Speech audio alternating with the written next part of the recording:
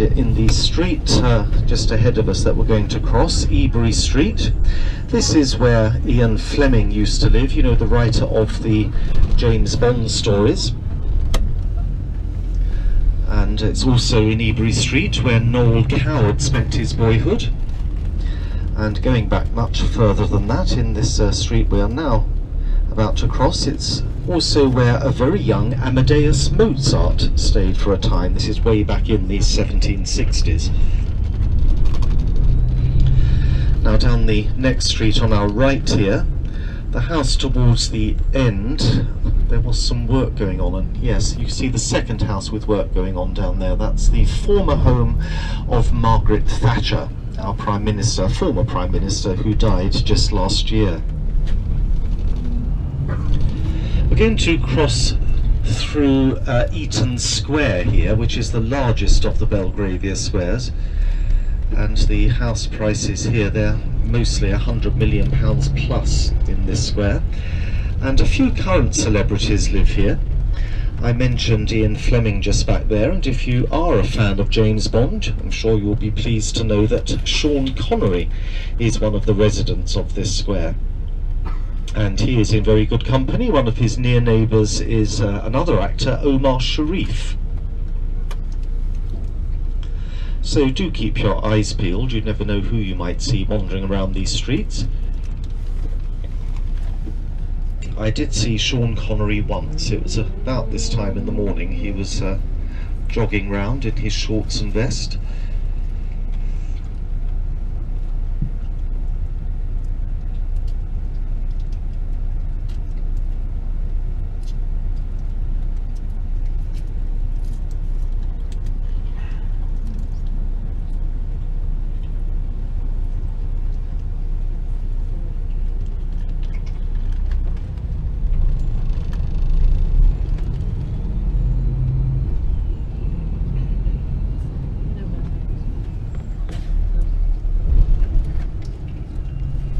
When we get to the end of this street, we'll be passing through what is the heart of Belgravia, passing through Belgrave Square, and you'll see a lot of national flags flying down this end of the district, and that is because many of the houses down here are now given over to either embassies or the residences for ambassadors. But all the land of Belgravia here, it's owned by one man, who is the Duke of Westminster. He also owns all the land of Mayfair, another very exclusive part of central London, so he is of course extremely wealthy. And he is a cousin to Her Majesty the Queen, apparently even richer than the Queen herself.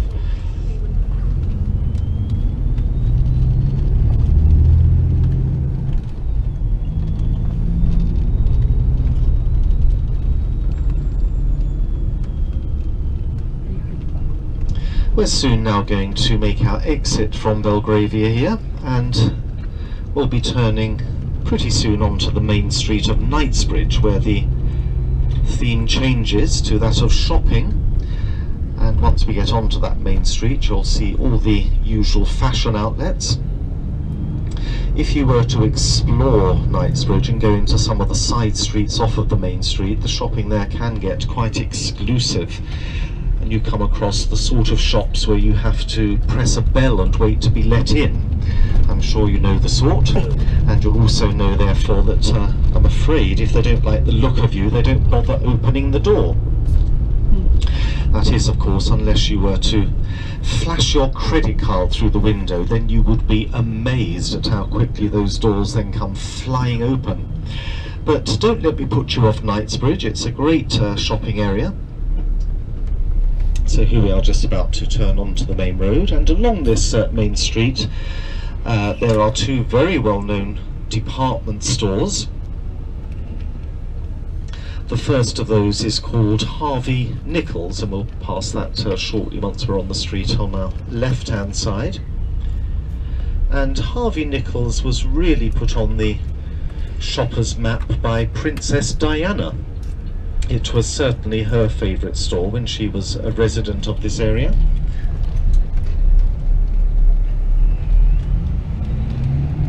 she did live in this district here before she married Prince Charles and came back to live here after her separation from him.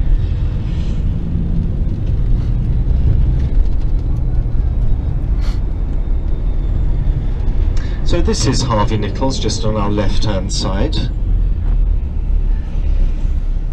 It always has fascinating window displays. There's usually a theme to their displays. I haven't quite worked out what their theme is at the moment, so if you have any ideas, please do shout out.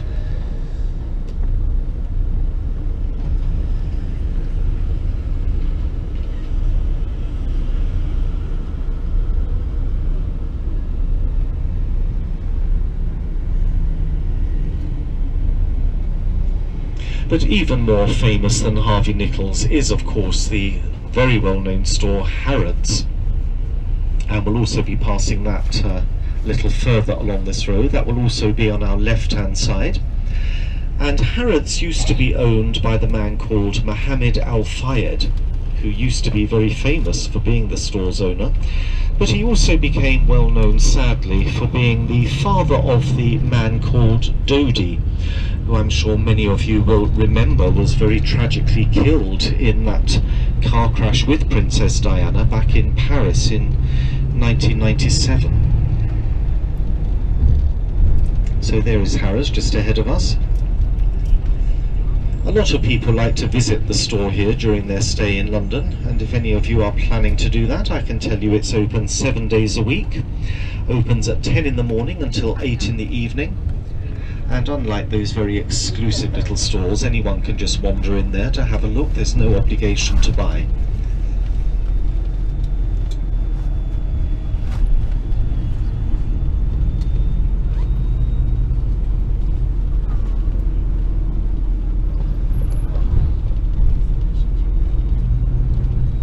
We'll soon be coming to the end of the Knightsbridge shops. We're coming now into South Kensington, where once again the theme changes, this time to education, culture and learning.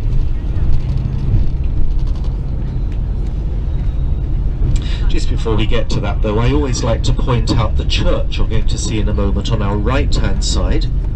Always looks to me like a little piece of Italy has been dropped into London here with its lovely Baroque style of architecture.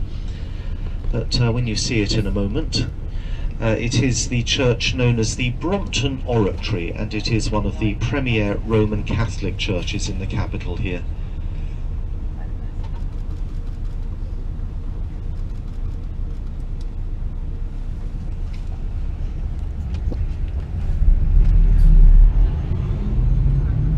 So there is the Brompton Oratory now on our right, and soon after that we come to the very famous Victoria and Albert Museum, or the V&A as we call it for short here, a magnificent museum of fine and applied art.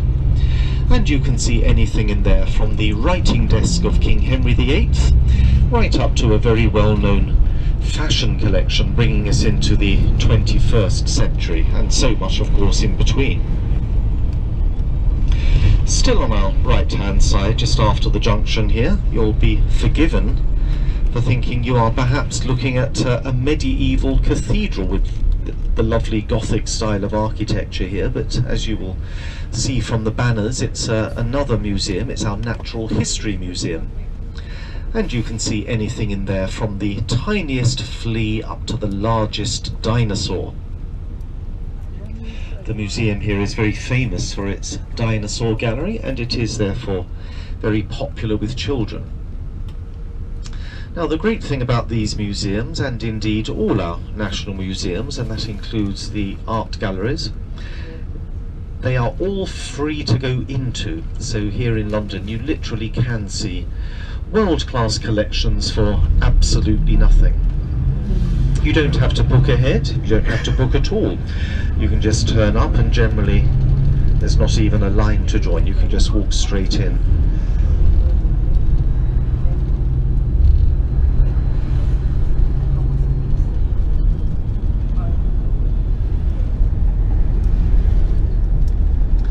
Just after the museum there, still on our right, is the brick building here. It's Baden-Powell House, Baden-Powell being the founder of the worldwide scouting movement.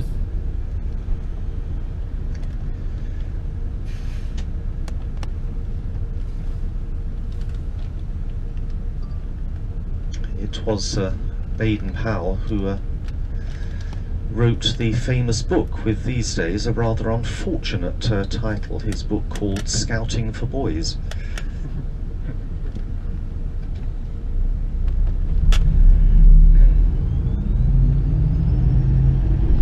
So it's just a little further along this main road. We're going to stop to pick up our last few passengers.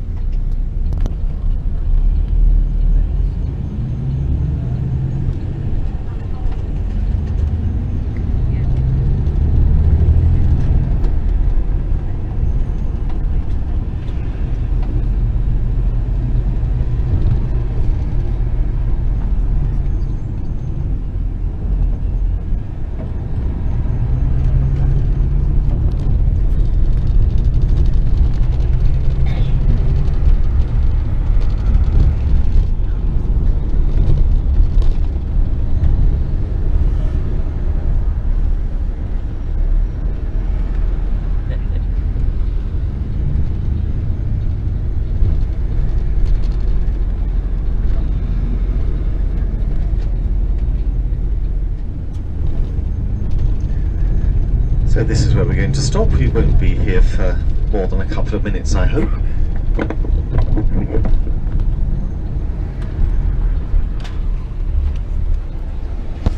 Agak Kamis.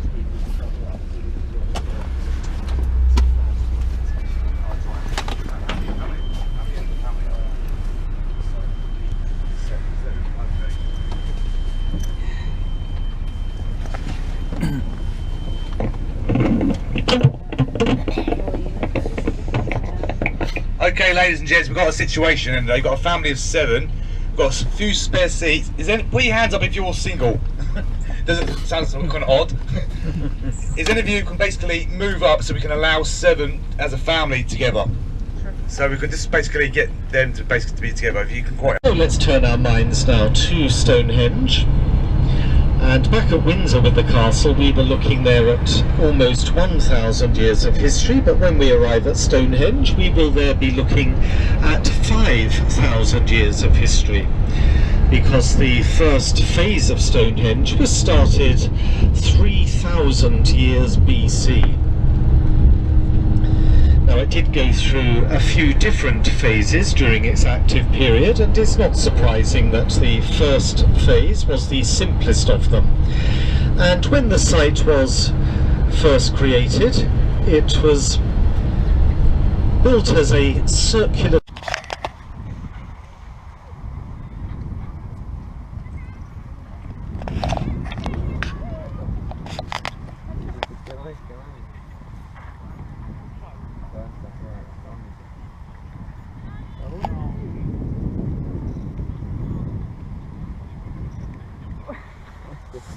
Rien, tu enverras par message. Ouais.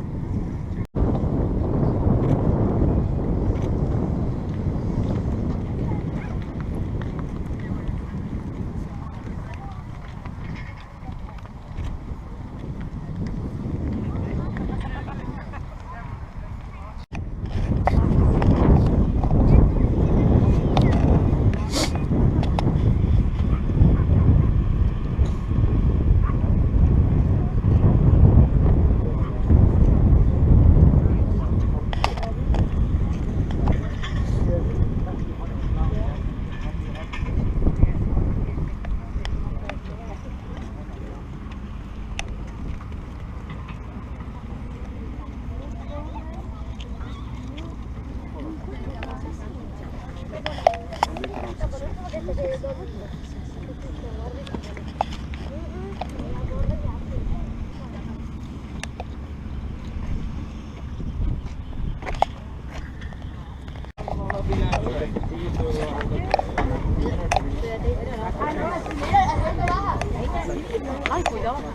Dios mío. Ahí era esto y...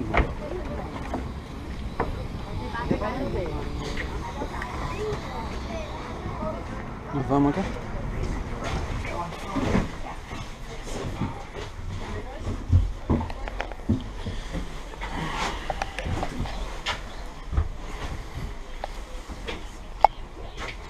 And they are allowed on those occasions to perform their simple ceremonies amongst the stones, dressed in their robes. But for the summer solstice on the 21st of June, it's not just the Druids that come down, and on average it's about 30,000 people who surround the stone circle there. They come very early, usually the day before, so that they can be here to watch that very early sunrise.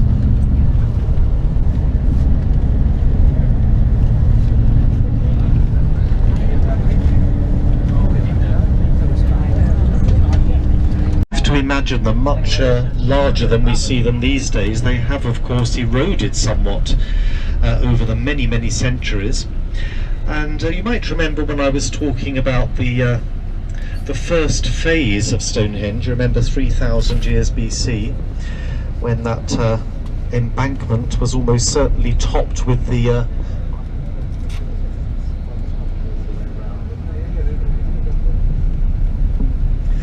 we think the burial mounds were also topped with the white chalk, and so they too would have been very visible within this landscape, and that is possibly an indication of the importance of the people buried beneath.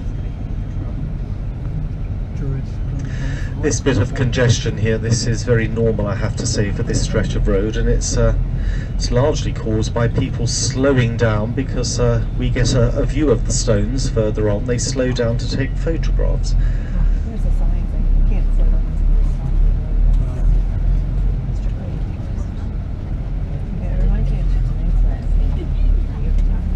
I can't. I climbed up there. Okay. Can't what? Because it's yeah. They had some they just can't have people go up. There was a chain that went up in the middle of it. The steps are only about. It's a big farm.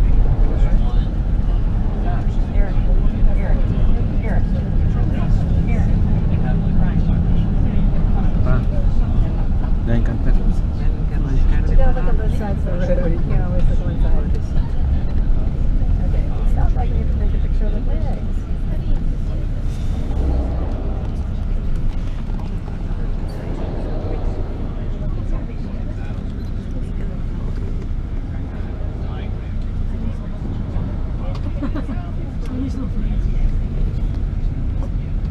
I've never seen things that have been such a big dance. Normally they're fine.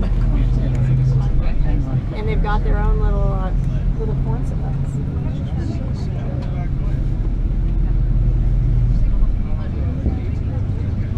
I have no idea what they're eating this, unless they just throw out corn pops down there.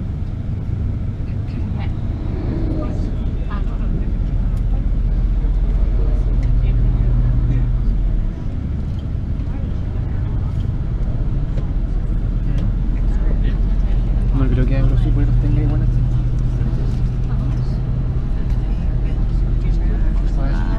Ahí sí.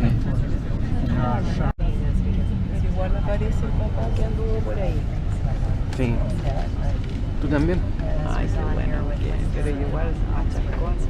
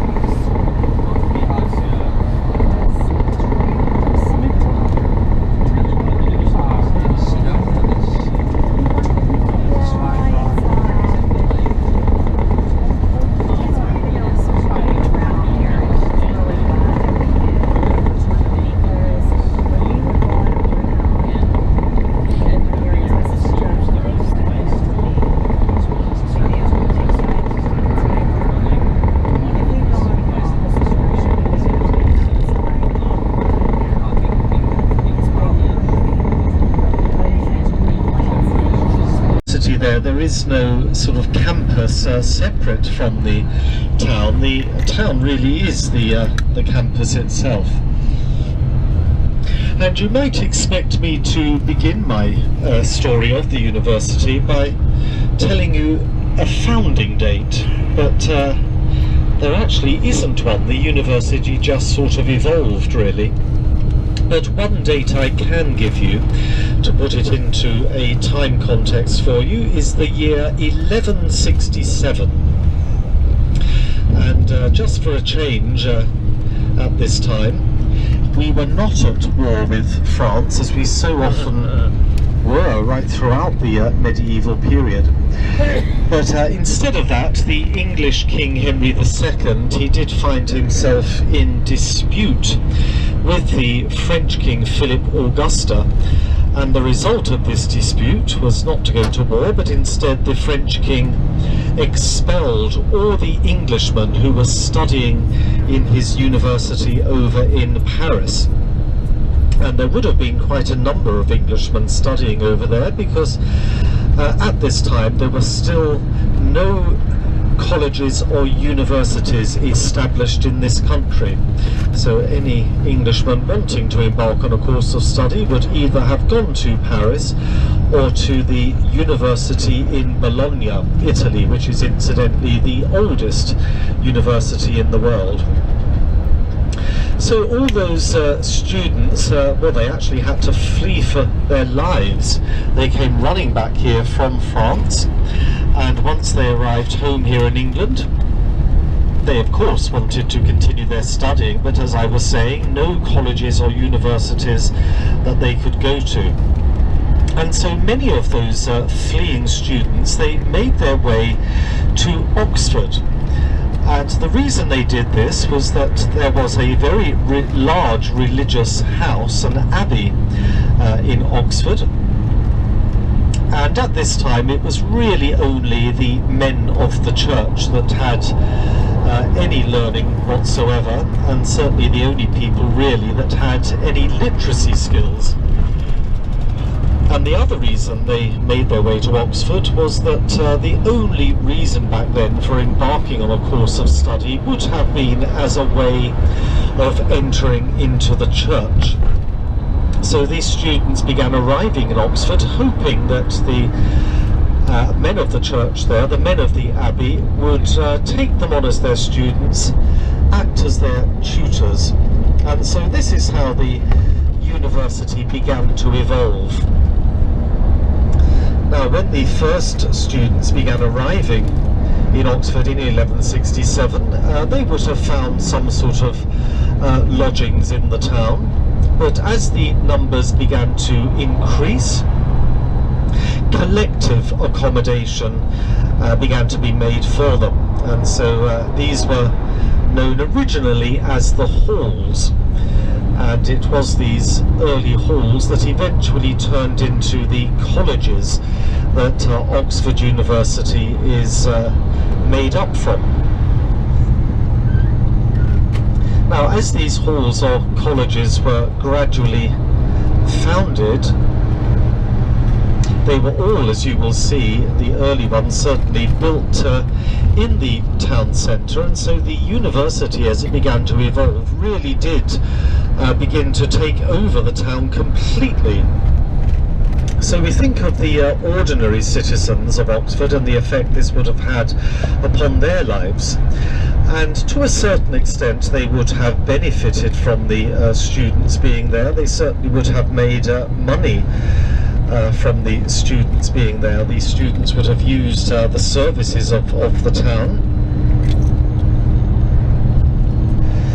But as the numbers of students got more and more, there did from time to time arise, from the point of view of the ordinary citizens, some resentment. Firstly, that the university was completely taking over their town, and also from the fact that these students, you know, once they were enrolled on their various courses in Oxford, were very much part of the church establishment.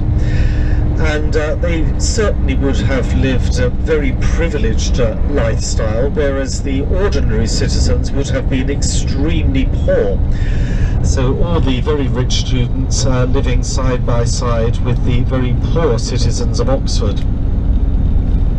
And being part of the church establishment, this was in many ways back then very separate from the state, even to the extent where the church had its own system of law, including its own courtrooms, the ecclesiastical courts. So we're going to make a comparison here. So if we think of an ordinary citizen caught committing a crime in the town, let's just say stealing a loaf of bread because they were starving, they would be sent for their trial in the state courtrooms, and even for that what we might consider very small crime, they could still amazingly have been sentenced to execution. Now, if a student was caught committing a crime, they would be sent for their trial in the ecclesiastical courts, which were very well known for being very lenient. Even for the most serious of crimes, murder, they would still be let off with quite a light sentence. So this, not surprisingly, would give rise to some resentment from the ordinary citizens, and it certainly did this in 1209, when it became widely known that one of the students had indeed murdered one of the town's women, and with being let off with a very light sentence, the people of Oxford decided they had had enough, and they rose as one against the students. It was a very serious situation, and it was said at the time that the streets of Oxford ran with academic blood. So, certainly an unsafe place for the students to remain, so many of the students found it necessary to leave Oxford, and they sought elsewhere where they might continue their studying. A lot of those students went from Oxford eastwards and found their way to the town of Cambridge, where there was also a large religious house, and they managed to persuade the men of the church there to do as they had done in Oxford, to act as their tutors, and that is how Cambridge University began to evolve.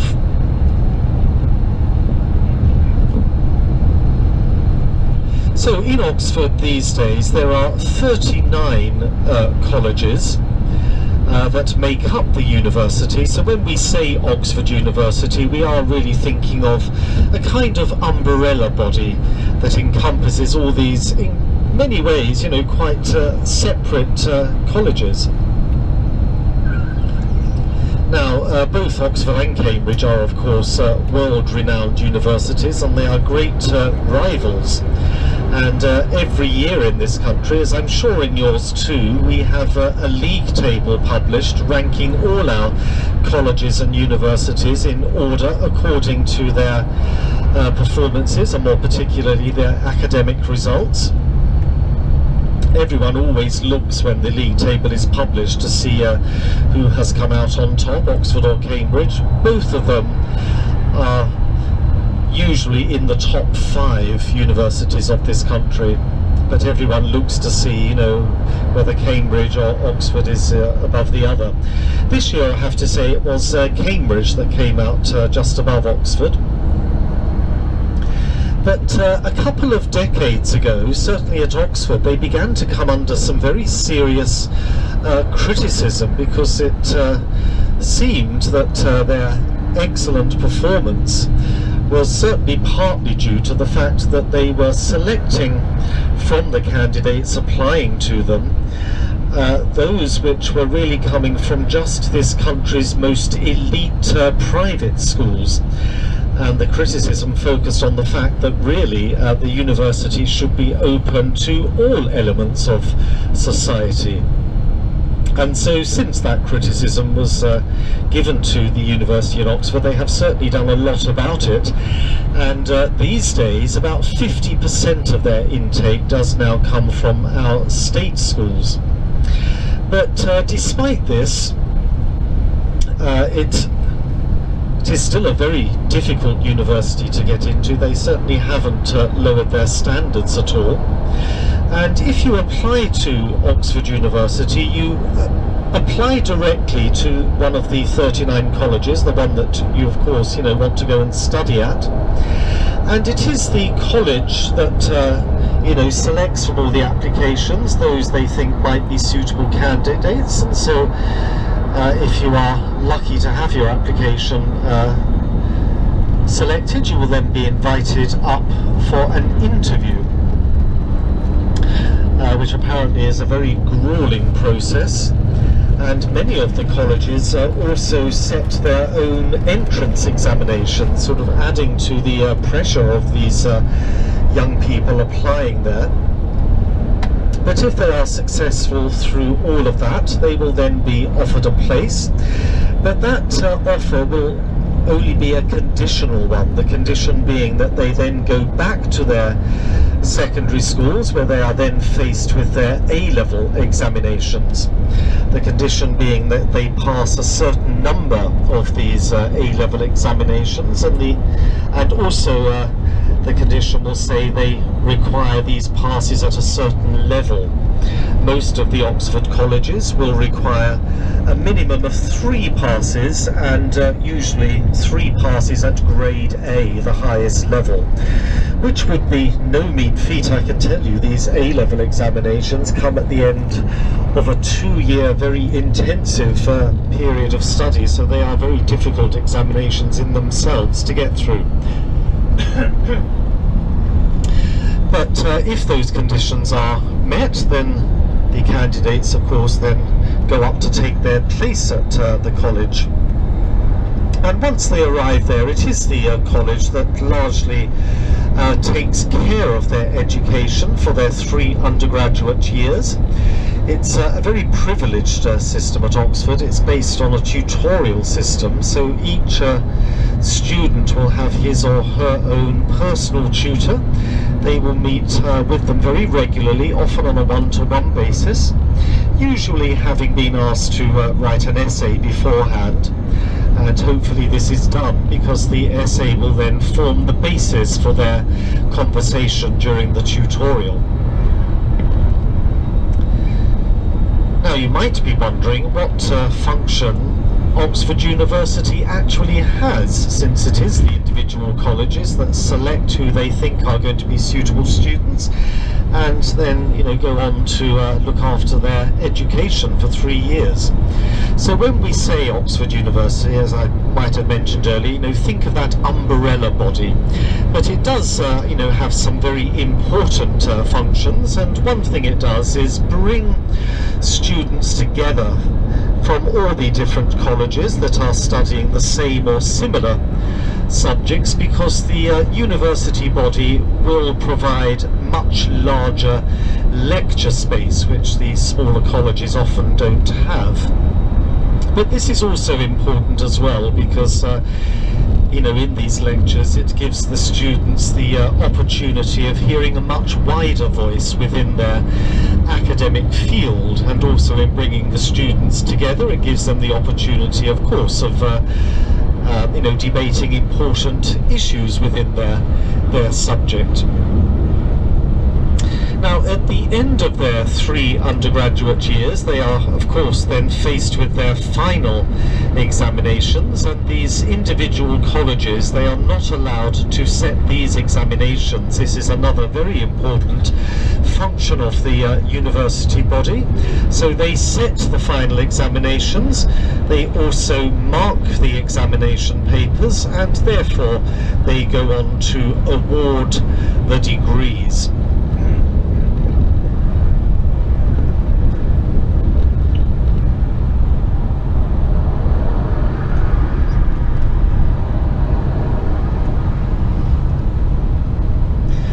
Oxford mostly known for its university, but it is famous for something else too, because it was here that our motor car industry started back in 1913, and this was begun by a man called William Morris, who had a very successful career. And later on in his life, because of his great success, he was ennobled. He was created as Lord Nuffield. And he was one of these people who, you know, wanted to give something back, because he became a very wealthy man. He wanted to give something back to the place where it had all started for him. So he, in fact, created his own college. He founded Nuffield College. Now, most of the earlier colleges, certainly all those that were founded during that medieval period, they do tend to focus more on the arts subjects and the humanities. I suppose there wasn't so much science around then. But these older colleges, they are in many ways like mini universities in their own right, in that they do offer, some of them, quite a broad range of subjects. So you don't go to a particular college because, you know, that's the one subject they offer. As I say, you know, these colleges are in many ways quite independent, and as I also say, you know, offer quite a broad range of subjects. But with some of the later colleges, and certainly Nuffield College, mainly because of its founder, that does focus more on the sciences and the engineering subjects.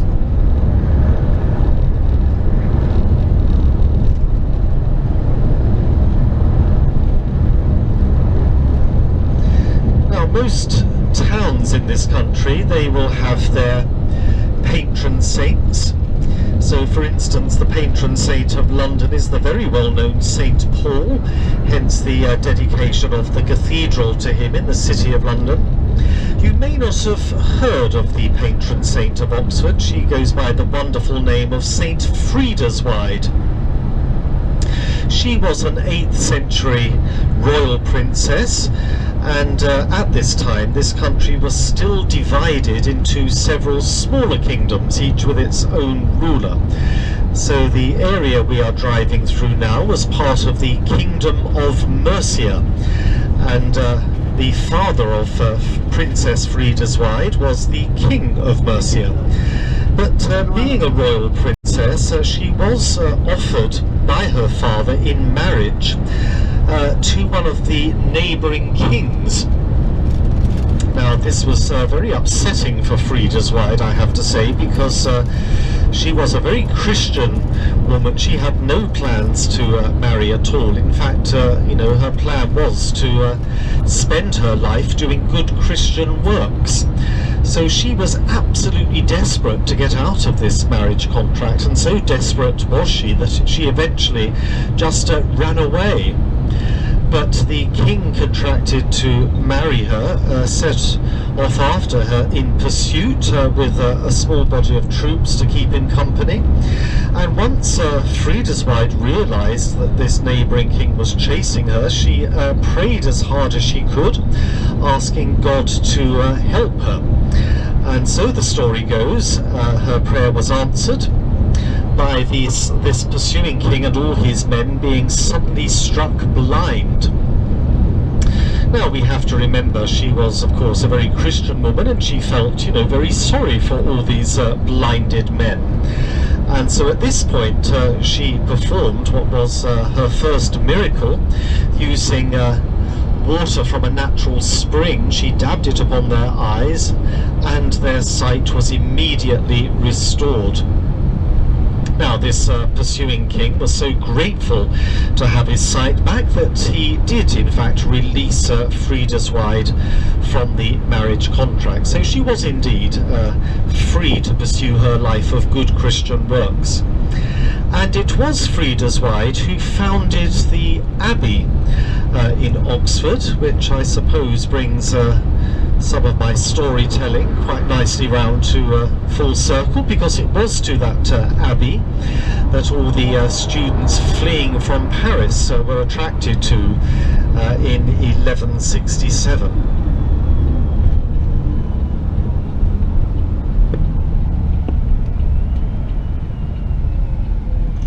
Now we come to the reign of Henry VIII, as we so often do in many. Now, after Friedesweid had died, she was created as a saint, and she was buried in the church at what was the abbey, and her burial place did become something of a shrine that was visited over many centuries by many pilgrims. But with Henry VIII, I'm afraid most of these shrines in many of our larger churches, they disappeared as well. They were simply broken up, and the bones from beneath were often just scattered. This was because, you know, these shrines were all too very much Roman Catholic saints. So once again, from Henry's point of view, they had to go. So that was the end of the shrine of Friedesweid.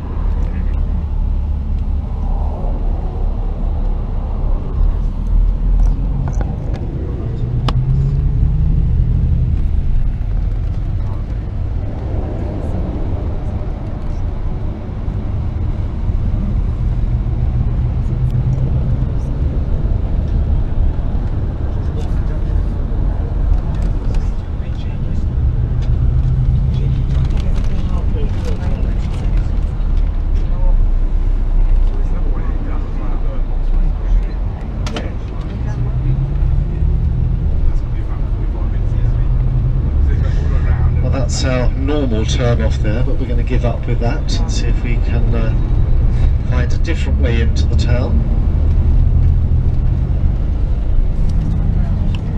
Tenía que entrar por ahí, pero no pude. Para tratar de encontrar otra forma de entrar al pueblo.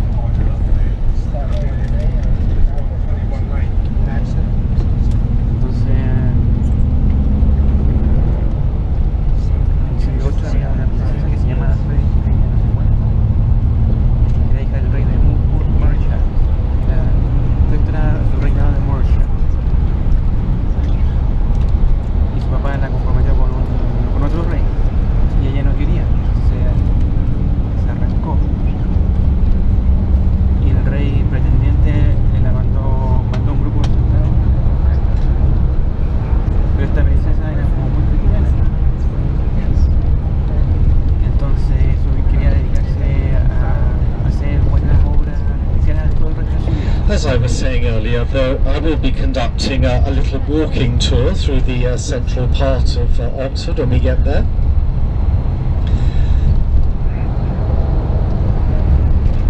If any of you, you know, just want to do your own thing in Oxford, that's absolutely fine. It is a great shopping centre, I have to say, so some of you just might want a bit of free time to have a look round by yourselves. I won't be offended if you do that. I think perhaps I would feel a little bit offended if everyone came to me and said they were going to do their own thing, but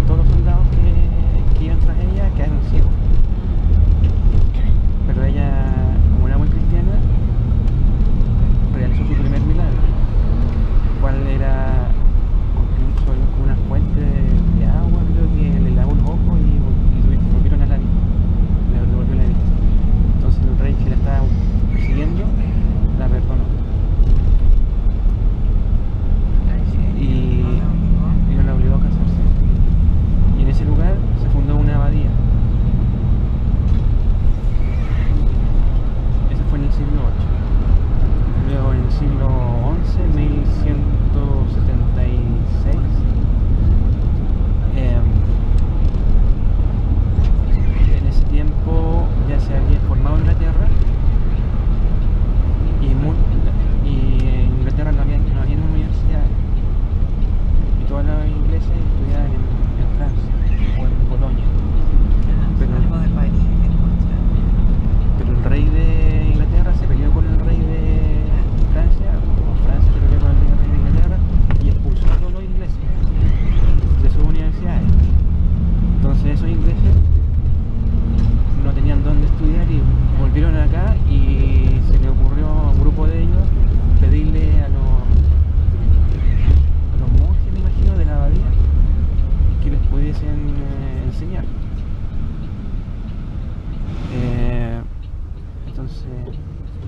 originalmente no tenían acomodaciones la abadía, entonces, y como que crearon unos halls o pasillos o salones donde ponían acomodaban a los estudiantes. Y esos halls con el tiempo fueron creciendo y se transformaron en los colleges, que son las estructuras que existen hoy en día en la Universidad de Oxford, y hay 39 colleges, son todos muy independientes.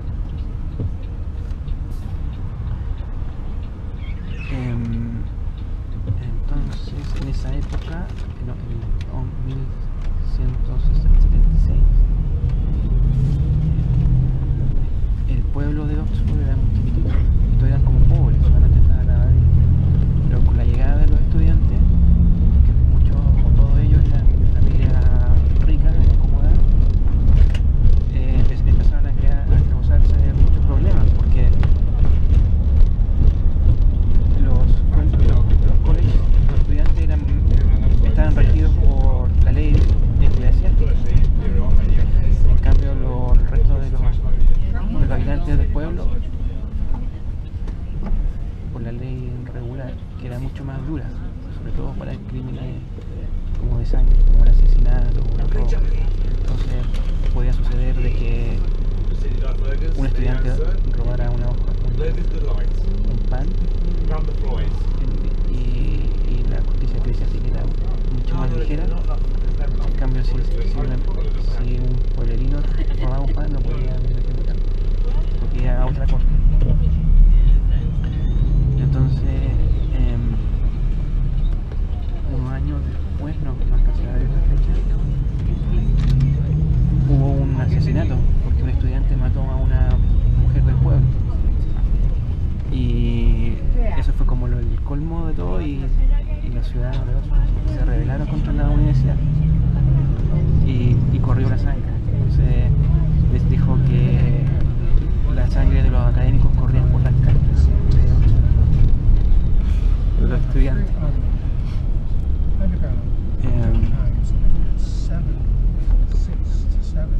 Luego un grupo, fue entonces cuando un grupo de estos estudiantes de Oxford se fueron un poco más allá a la ciudad de la bahía de Cambridge, y vieron a los de Cambridge si podían quedarse ahí a estudiar, y le dijo que sí. Entonces fue así como nació Cambridge, y existe actualmente una rivalidad muy grande entre estas dos universidades.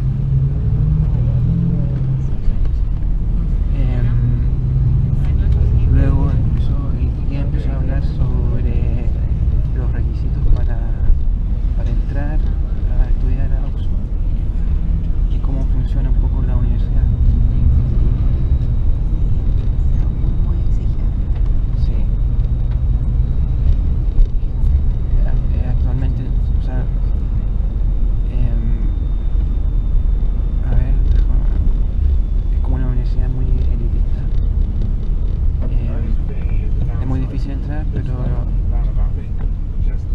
es muy elitista, y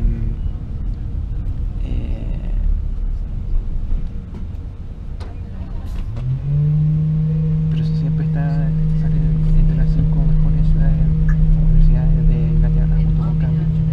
Entonces todos los años hay como una competencia para ver quién, en Inglaterra digamos, para ver quién supera a quién en los rankings de ese año. Y este año Cambridge superó a Oxford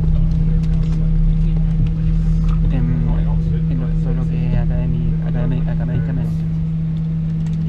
Y hace unos años atrás hubo una polémica muy grande porque el proceso de selección de Oxford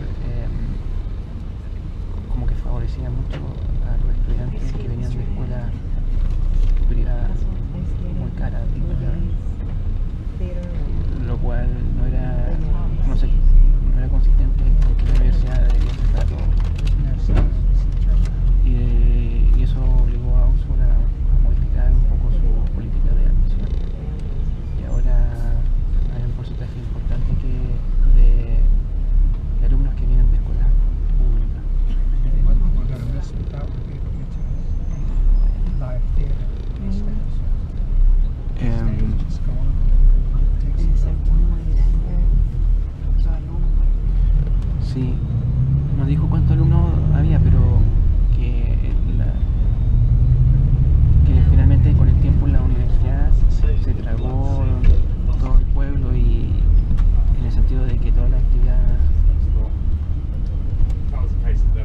crecimiento del pueblo se lo debe a la universidad.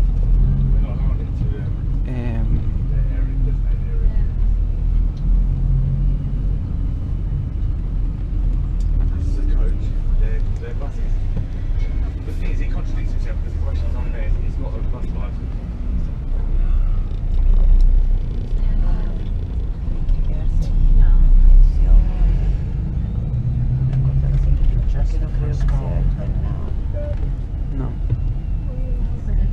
Una bicicleta. Y el sistema de educación en Oxford está inspirado en el tutelaje. Entonces, cada alumno tiene como, se le asigna un tutor y al comienzo, bueno, en su fase de postulación a la universidad, cada alumno tiene que escribir un ensayo. Y sobre ese ensayo entendí que finalmente como que se iba desarrollando su tesis y no sé qué cosa. Todo esto al amparo de un tutor con el cual se reunía el alumno frecuentemente. Y que en realidad estos 30 y tantos colleges, o cuando uno piensa en la Universidad de Oxford, en realidad debería pensar en la imagen de un paraguas, porque los colleges son muy independientes. Entonces, la función que tiene la universidad, como habían dicho,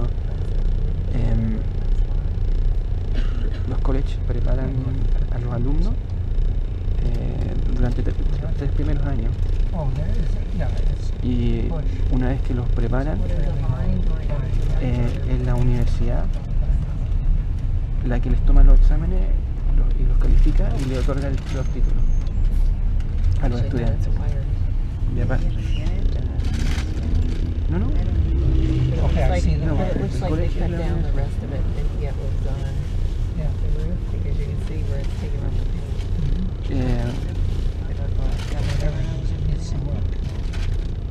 No entro en detalle de ese tipo. ¿Qué otra cosa? Y que la universidad también tiene o presta el servicio de que, como estos colleges son tan independientes, me dio a entender, o sea, me pareció entender que hay muchos cursos que se traslapan, muchos cursos repetidos entre los distintos colleges, o carreras que pueden estar repetidas. Entonces la universidad facilita servicios como de salas de clases más grandes para que los estudiantes de distintos colegios se reúnan en esa sala y se hagan un poco más eficientemente.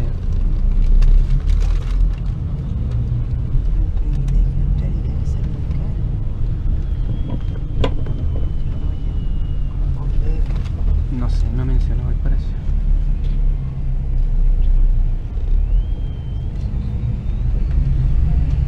Mucha fuerza. El proceso de admisión es también muy difícil porque comienza con este ensayo, luego entrevista, tú tienes que postular al college específico en el cual tú quieres entrar y ellos te revisan el ensayo y te llaman a entrevista y luego no cualquiera.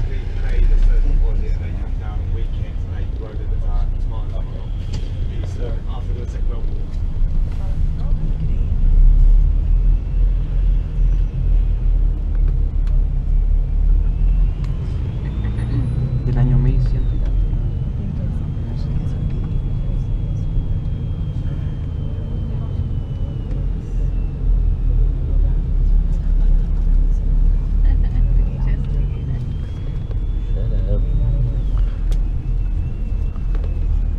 Luego habló de que en general todos los colleges estaban orientados a carreras más bien artísticas o humanistas. No había mucha ciencia, pero no recuerdo el año del siglo XX, en 1900 y tanto, había un estudiante que se llamaba Philip Morris, que le fue tan bien, se hizo millonario. Y como una forma de agradecerle a la universidad, él con su dinero fundó un college.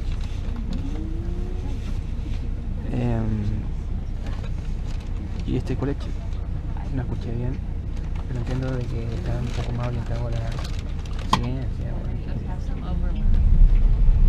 Pero eso no lo escuché bien, yo supongo que sí. Y que aparte se ganó o lo crearon como Lord. Lord de no, algo así. No, claro. Sé que ingeniería también tiene que ver. No sé.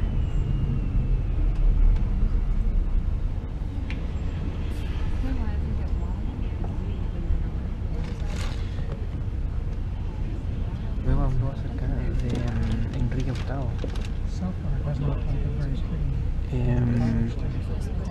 Que en un minuto se peleó con la iglesia de Roma y se hizo protestante, pero no caché bien cómo afectó a la universidad.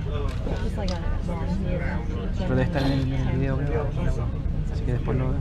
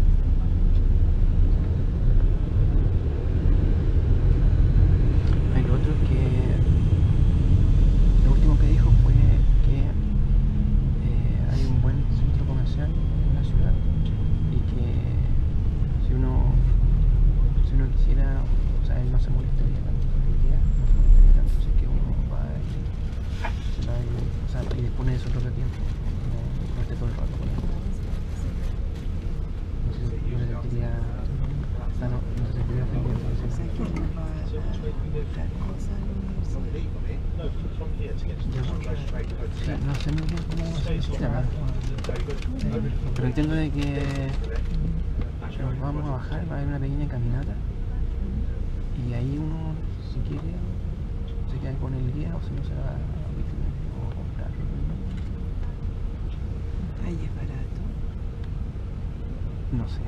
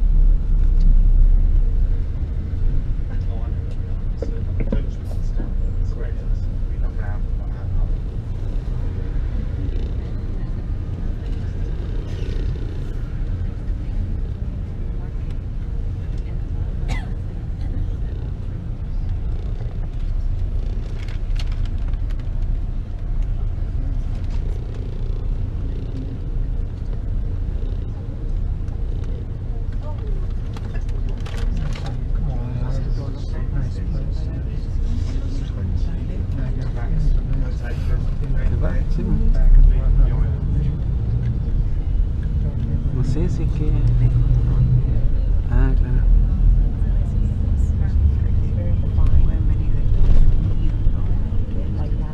Sí.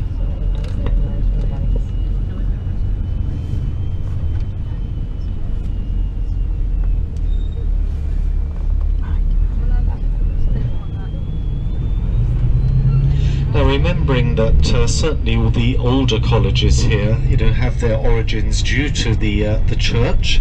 That is reflected in many of the names of the colleges. So some are named after saints. So there is the College of St John's. There is Christ Church, Trinity College, Corpus Christi. You do have some colleges with just a place name. So on our left, for instance, here, this is Worcester College. That doesn't mean it had nothing to do with the church. It simply means that it was almost certainly founded by the bishop of that place. So the Worcester College here, founded by the Bishop of Worcester. Los colegios más antiguos tienen nombre de santo. San Juan, claro, Corpus Christi. Pero hay otros colegios que tienen nombre de lugares. Y eso significa que fue fundado por un obispo.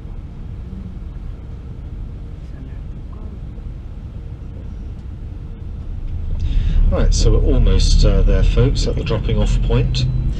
Now we will just have 1 hour here in Oxford, so I'll be walking, as I say, around the central park, pointing out some wonderful architecture, I have to say. And so the departure time will be 6:20, and we really will have to leave at that time because, well, as you all know, we're running very late thanks to Windsor Castle. But you know, we have to keep an eye on the time because you know, Darren only has a certain number of hours he's allowed to drive, and we cannot risk him running out of that, of course. So this building on our left here, this is the Ashmolean Museum, and we're just going to go around to the side of it. This is where we'll be getting off the bus, and this will also be our departure point at 6:20.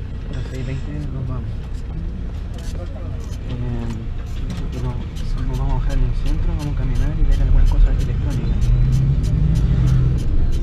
Pero a las 6:20 tenemos que volver, porque el conductor no tiene una cantidad límite de horas al día que puede. Right, okay, folks. This is where we're getting off the bus. So if you'd like to follow me off, we'll start our walk. Any of you that are going to just do your own thing, please do let me know once you're off the bus. Okay, everyone. So off we go.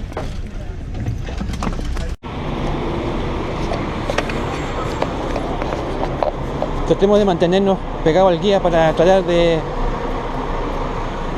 escuchar algo, ¿cierto?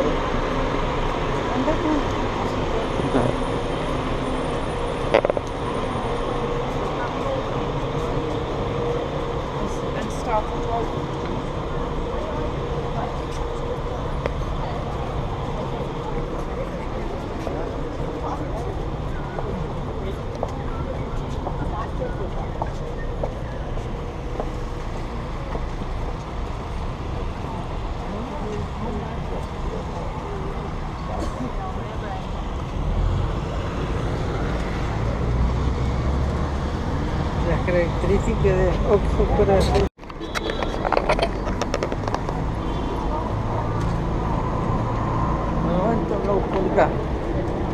Sí.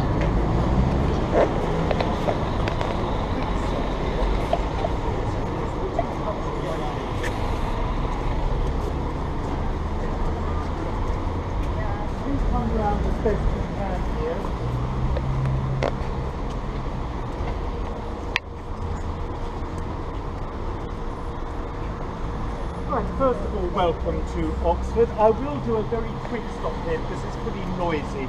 I will try to get us to some... On the right! I'm allowed to stand here? I'm not. Yes, so talking of politicians, you've all heard, of course, Bill Clinton. He was a student here in Oxford. He came as a Rhodes Scholar. And he does frequently come back to Oxford. He always stays in the hotel there, okay? I have seen Bill Clinton here a few times, you know, so you never know. I don't suppose he's here at the moment, but there we are. Now we're going to cross this road here and go down there then. The College of St John's. Incidentally, this was the college to which one of our former Prime Ministers came to on his education. I'm sure you all remember Tony Blair. This is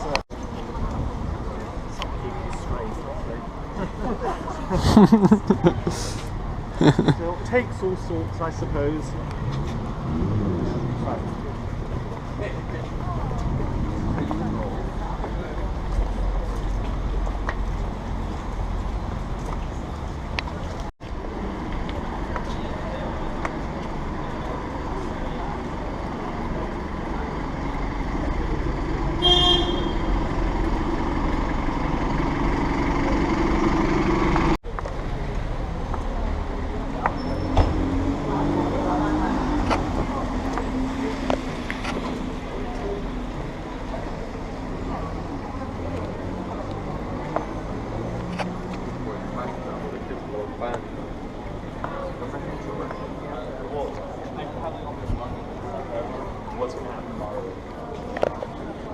Go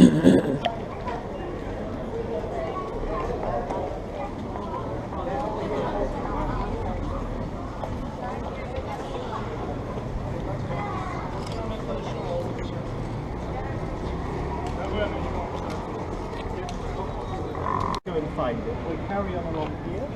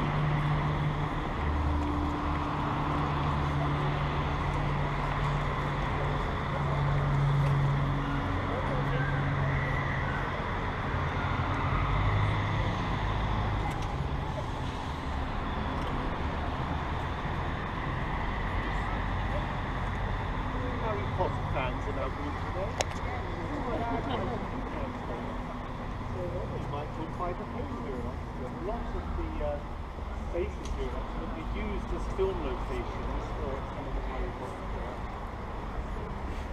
I haven't just mentioned Harry Potter square, and it is the university's church.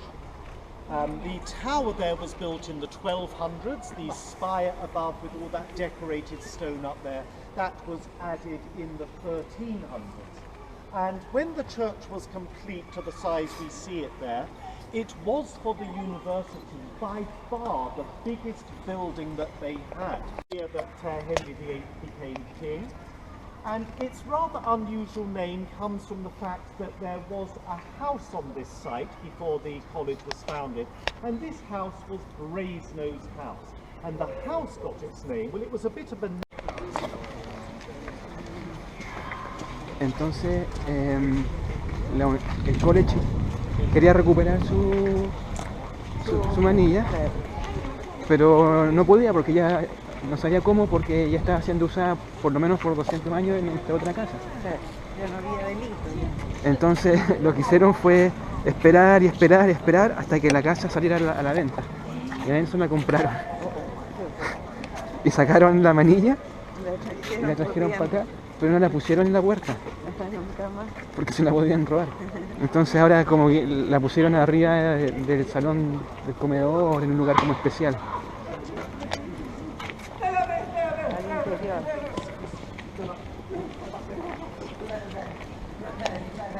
Y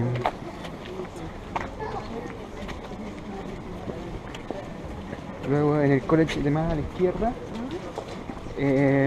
no me acuerdo el nombre, pero en una época estuvo muy influenciado por los puritanos, que querían vivir una vida sin lujo y más normal.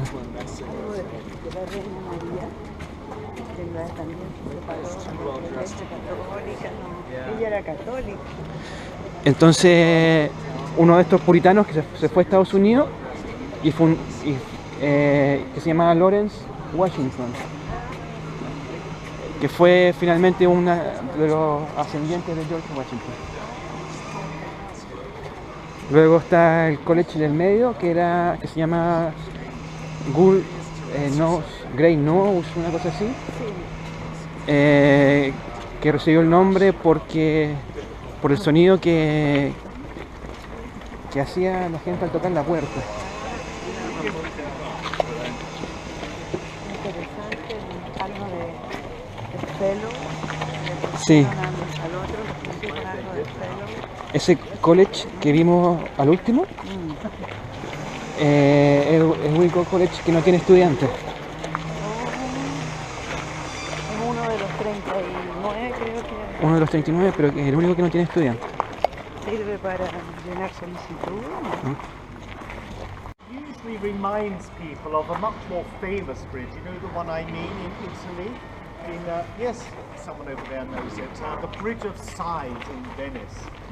This bridge here is often referred to as the Bridge of Sighs, but the one in Venice has that name because anyone past Vieta is actually one of the early examples of the work of Christopher Wren, most famous architect of this country. Most famous, of course, for St Paul's in London. It was considered to be his masterpiece. Se me olvidó porque me dice Bishop.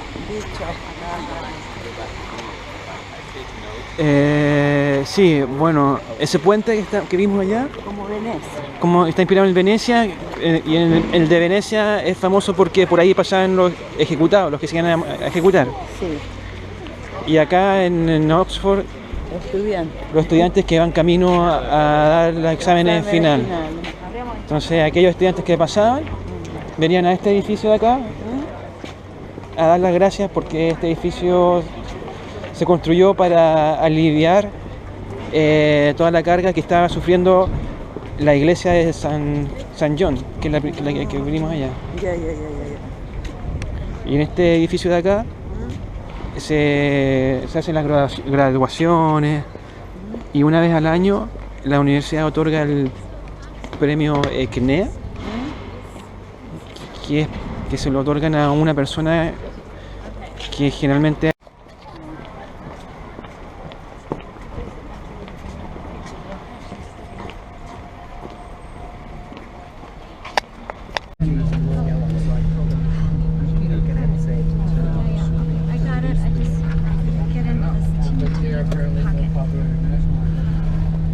Dad, Yes. I have ibuprofen.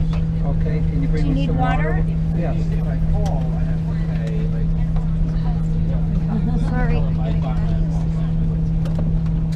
just gonna say on my insurance. Wait, no. Well, my parents are on mine. Even one in my hand. I know.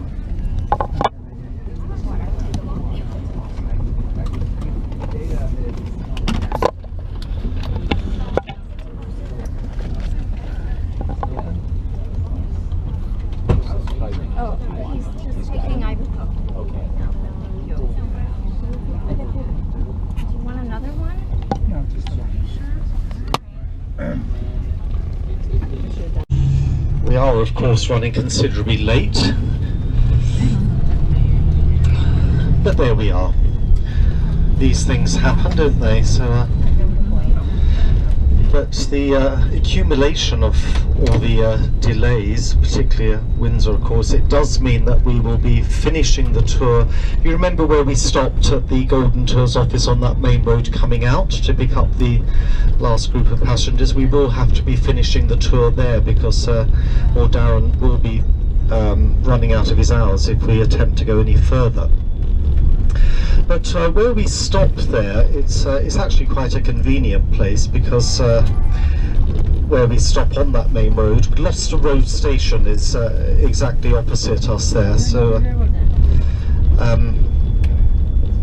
which is on the District and Circle line, conveniently. So some of you may be staying in hotels around that district anyway, but if you're staying further north from there, you can get the train from Gloucester Road very easily through to High Street, Kensington, up through Notting Hill Gate, Bayswater, and up to the Paddington area. Going the other way from Gloucester Road, the train from there goes through South Kensington, Sloane Square, back through Victoria, and all the way along to where the Tower of London is, Tower Hill. So a little later on, I think perhaps once we get onto the motorway, then it's a bit easier for me to walk up and down the bus. I will come up and down the bus and speak to all of you individually to make sure you know what to do from that Cromwell Road stop.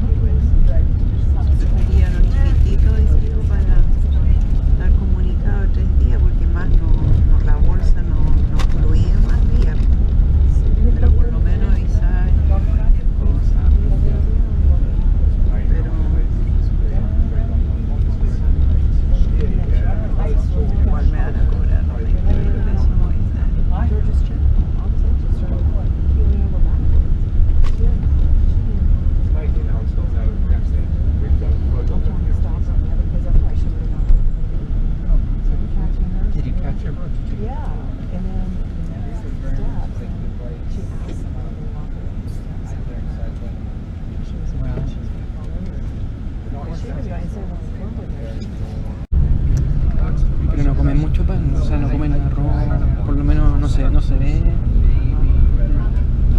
Papas fritas comen, pero Se ve que es como o ensalada o algo con carne, pero no mucho. pan, o arroz, o papa, o con papas fritas.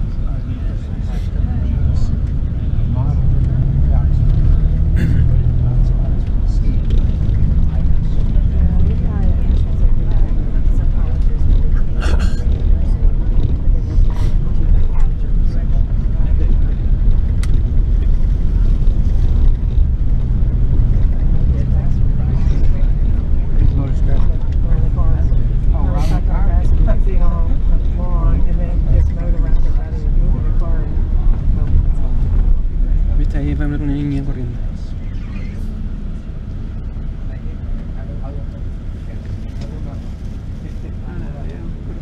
No va por acá.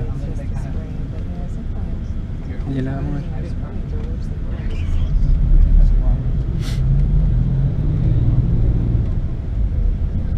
Ah, dobló para allá.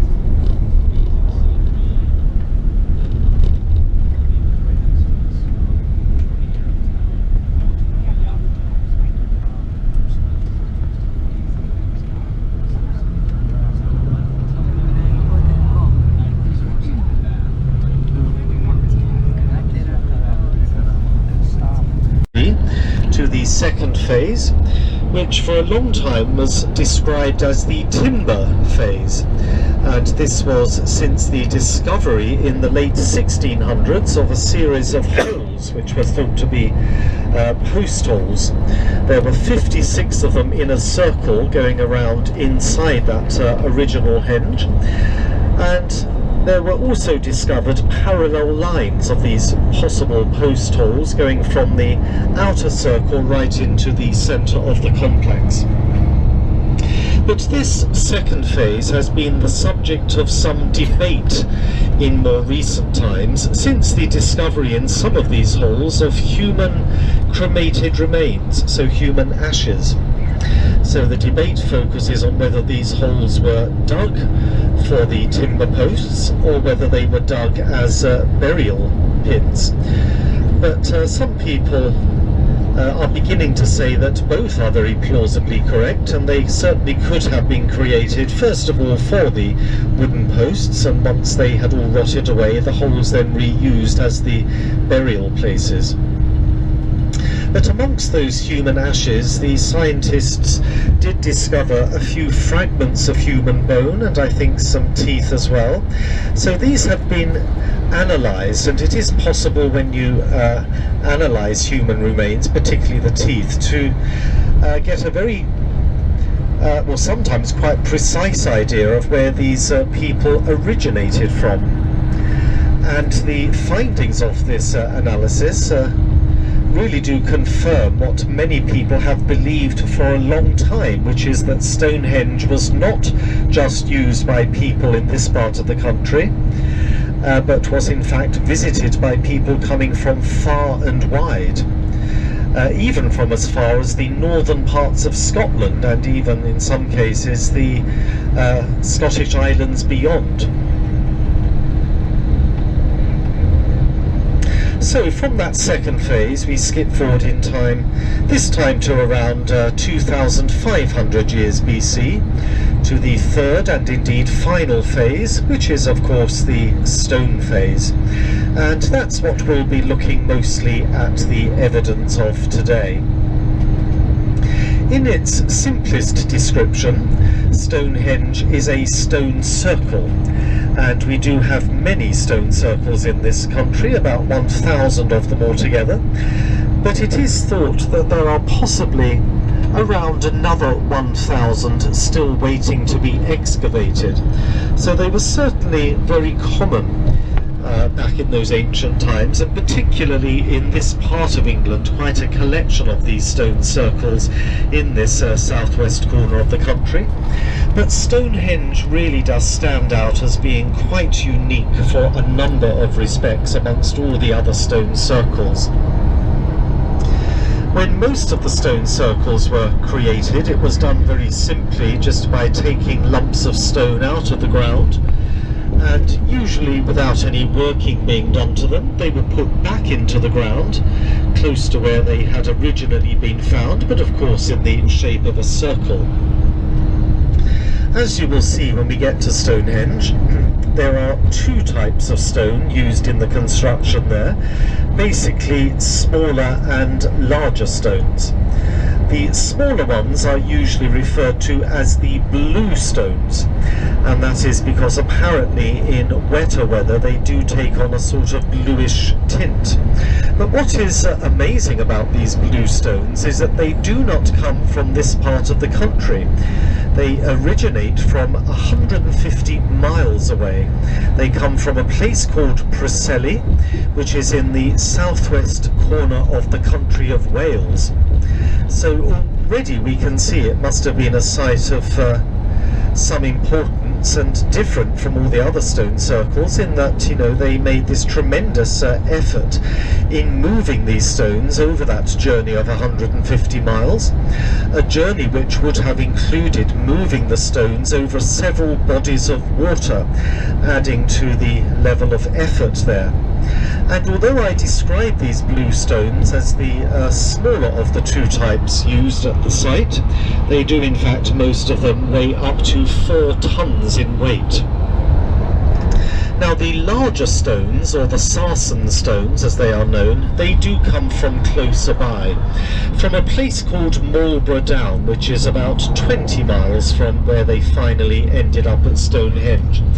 But despite the shorter distance, still a tremendous effort in moving them, because the larger of the sarsen stones, these do weigh up to 40 tons in weight. Now we can only assume that all of these heavy stones were transported by probably using a system of rollers, basically tree trunks, and as these rollers became free at the back, they would have been carried round and reused at the front, so a very slow and laborious process. Stonehenge is the only stone circle we have in this country where lintel stones were placed on top of many of the uprights, and when all the stones were in place on the outer circle of uprights, the lintels on top of those would have formed a perfect circle, which means that each of those lintel stones would first have needed to have been shaped into an arc to form part of that circle, and that would be no mean feat even today with all our technology. So a tremendous amount of craftsmanship was involved in building it all.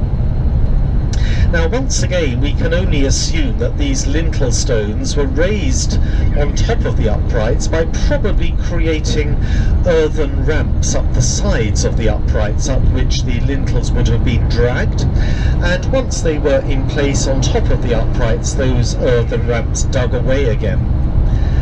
And they weren't just left up there to balance on the upright stones, they were very carefully adjoined to them using tenon and mortise joints, so adding to the level of craftsmanship there. So with all that craftsmanship and indeed effort, we turn our minds to thinking about why it was built and therefore how it was possibly used. Now there are many theories regarding this, but one of the most popular says that it was created to be a temple dedicated to the worship of the sun and the moon. And in support of this theory is the fact that on the morning of the 21st of June, the occasion of the summer solstice, when the sun rises very early in the morning, not long after 4 a.m., The first sunlight passes between some of the stones and then lands very precisely right in the centre of the circle. And people in support of this particular theory say that this cannot be pure coincidence.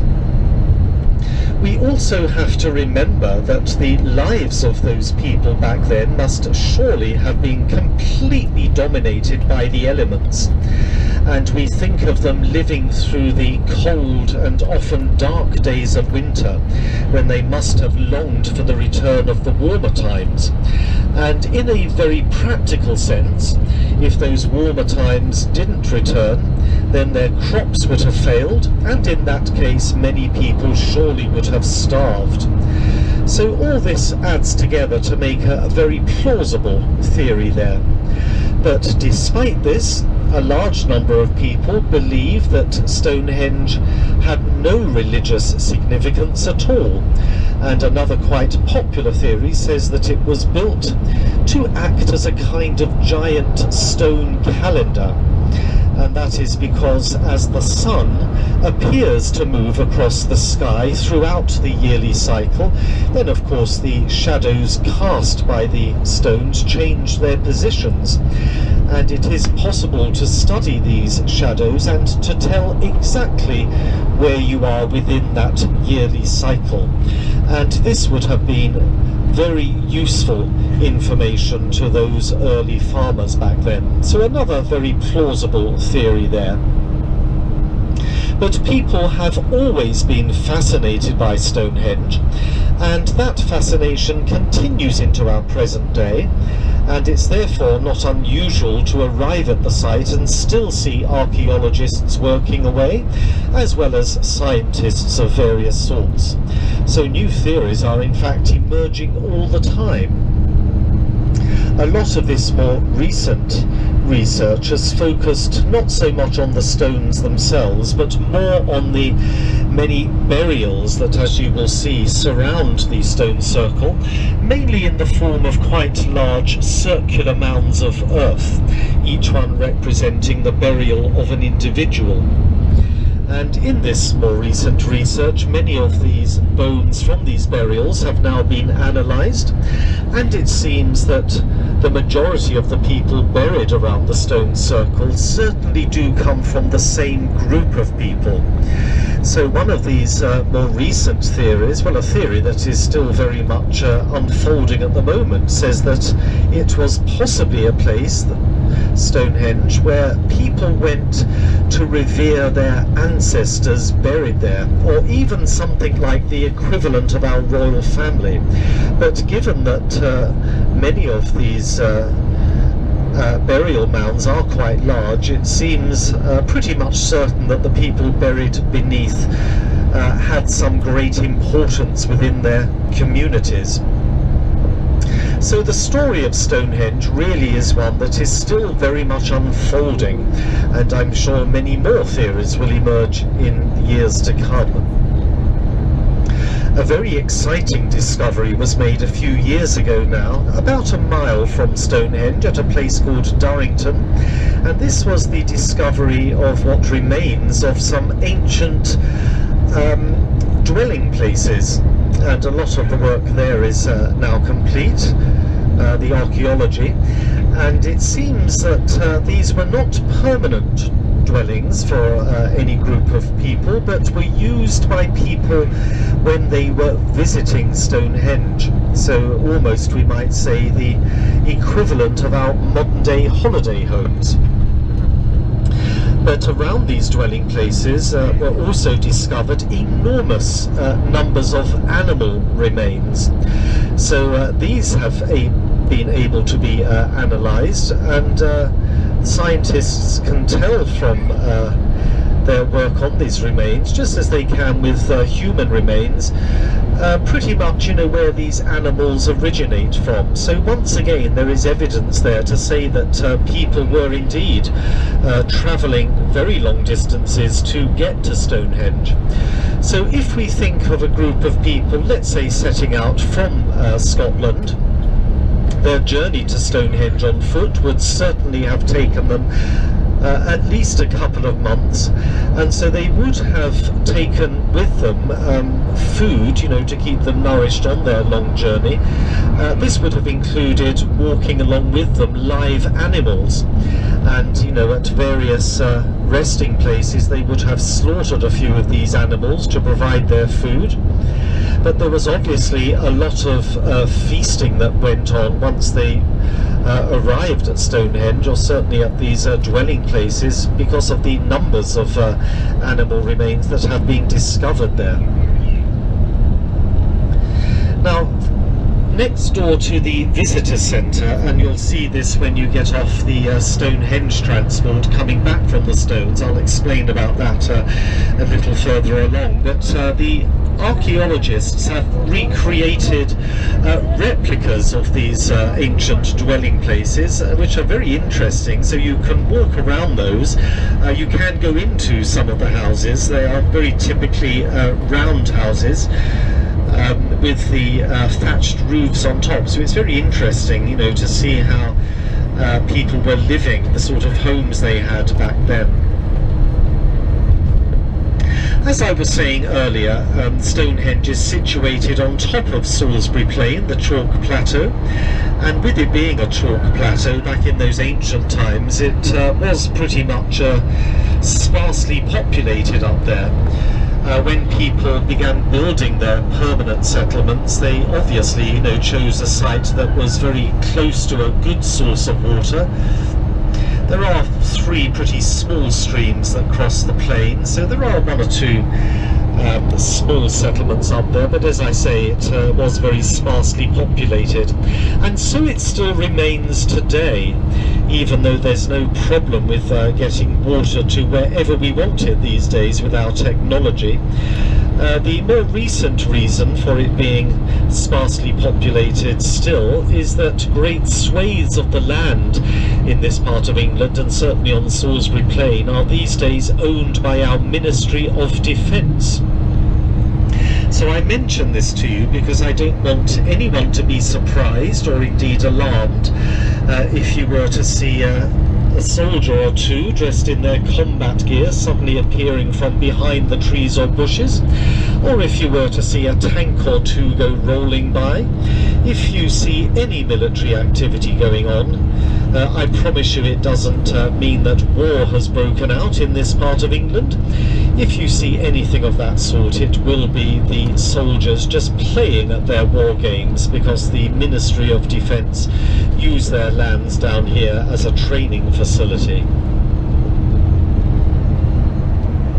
There has been a very large project going on at Stonehenge for about a year now, and the ultimate aim of this project is to return all the land immediately around the stone circle back to its natural state. Up until December of last year, when we were arriving at Stonehenge with buses like this one, we would park pretty much next to the stone circle, but the parking facilities are now moved a mile and a half away from the stone circle, and they have built a new visitor centre next to the parking facilities. So that's where we will be arriving. And because, you know, it is 1.5 miles from the stone circle, once we get off the bus at the parking facility, we then have to walk down. It's only a short walk to the visitor centre, and from there I'll get you onto the Stonehenge transport, so they have buses to take you from the visitor centre up to the stone circle itself. So once you get off the Stonehenge bus, you do a circular walk around the stone circle, and then of course you need to get back on the Stonehenge transport to bring you back to the visitor centre, and from that visitor centre later on you will then have to do that short walk back to the parking area.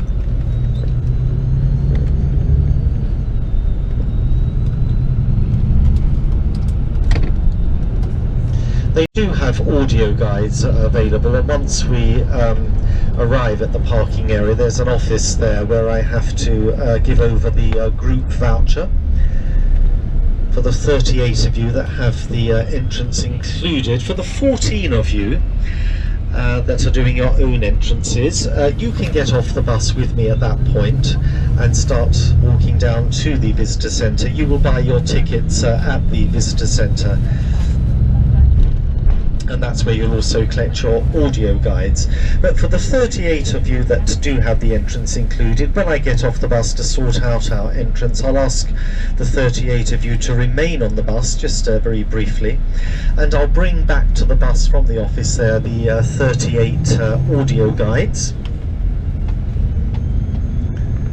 So you'll be able to help yourselves to one of those as you get off the bus, and then once you're all off the bus there with your audio guides, I will then walk the 38 of you down to the visitor centre and get you onto your Stonehenge transport.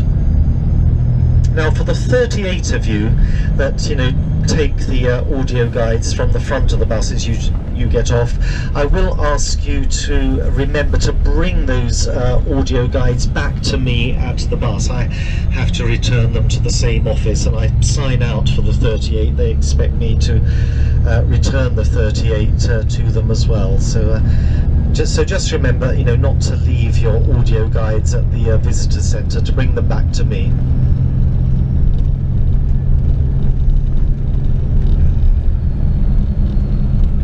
So if you can all make sure you have those Stonehenge wristbands on before we arrive there. Some of those burial mounds you'll see on our right hand side here, one on the left as well there. About 300 burial mounds like these within this landscape, going all around the Stonehenge area.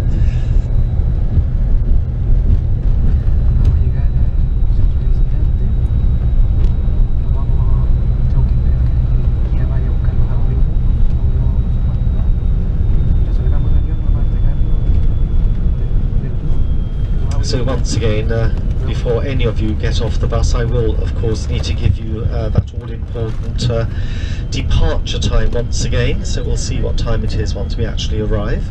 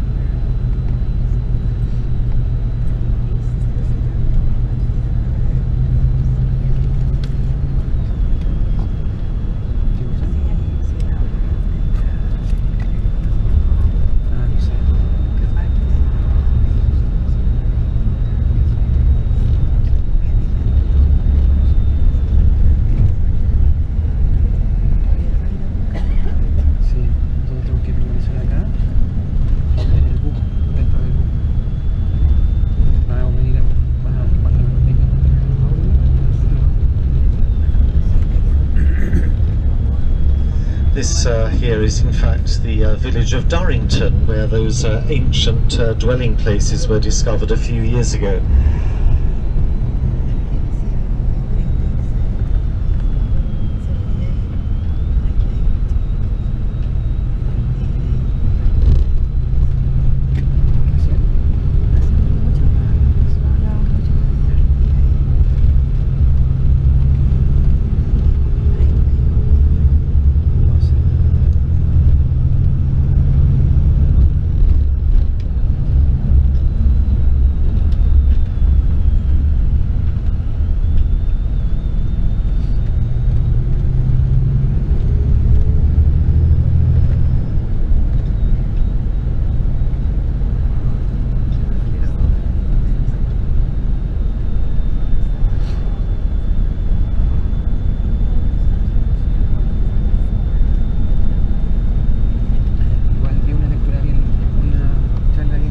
Sobre el Stonehenge, los orígenes, y está todo grabado. Claro, que tiene 3 etapas, de dónde vienen las piedras, para qué se usaron. Está todo grabado.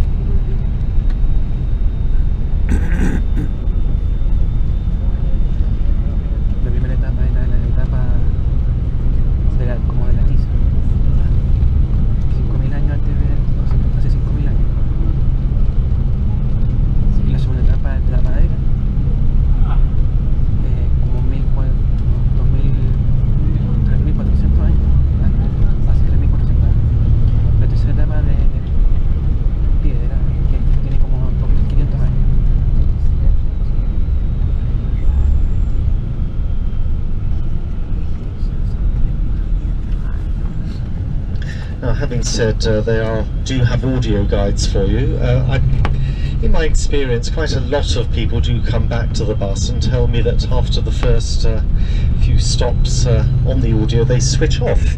Not because the audio isn't any good, I'm sure it's excellent, but it's just that many people think of Stonehenge as a very mystical place, and a lot of people prefer just to walk around the stone circle, you know, and just have their own thoughts.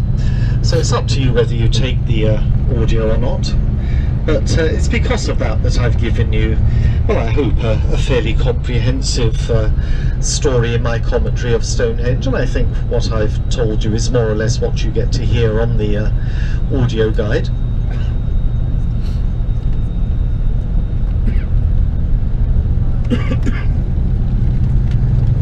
Now we do pass through another settlement here, but not a charming rural village. This is very much, as you will see, a military establishment, a military camp, Larkhill as it's called.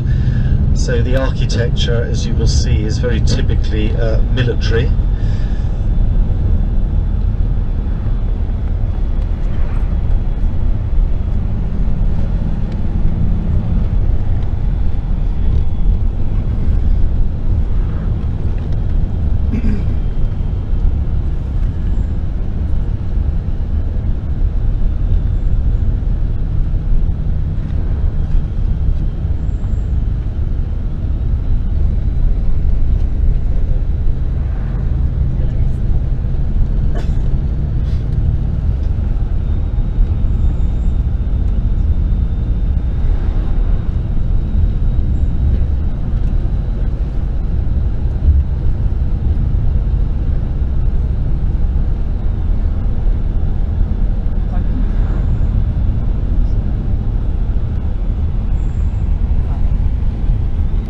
There. So we just have to go around into the parking area to the left.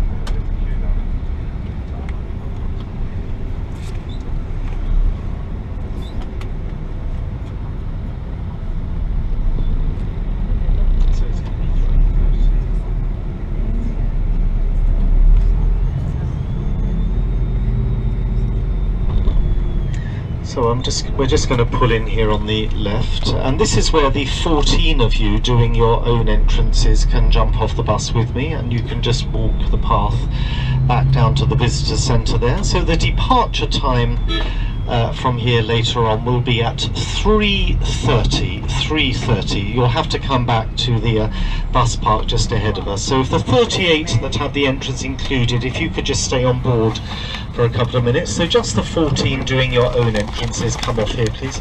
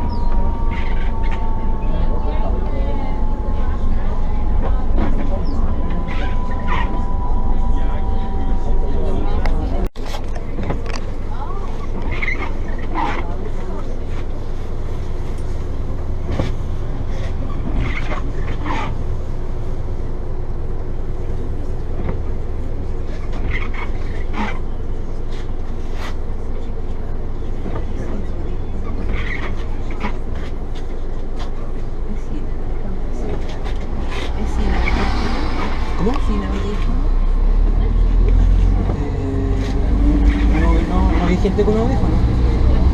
No sé.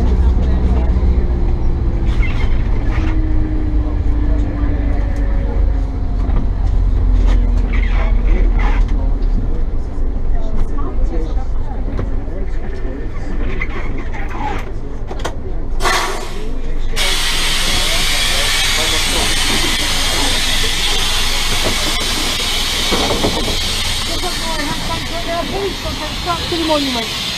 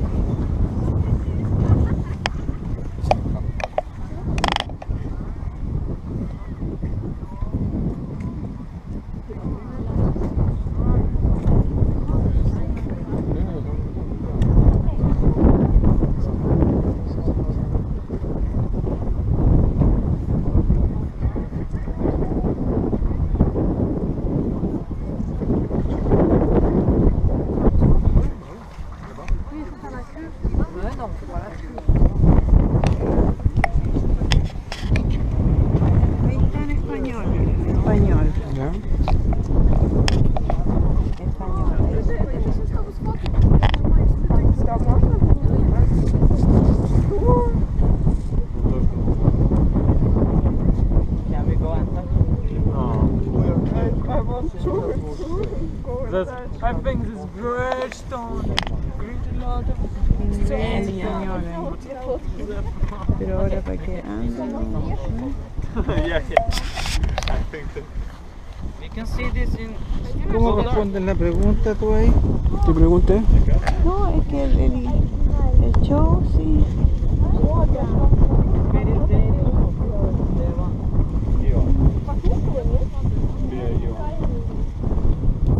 idioma español. Y ahora yo le puse inglés y no entiendo. Вот там вот целые вот эти вот фигни, они же не разваливаются.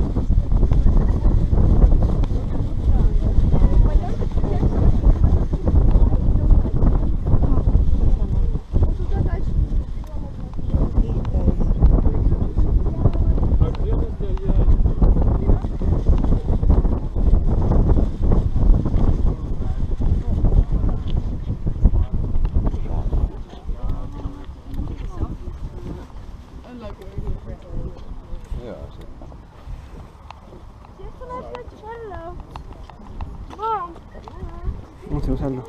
No, selecciona pista. Pero yo creo que está buscando lo mismo. Porque no vamos a perder la roca. Está todo el día.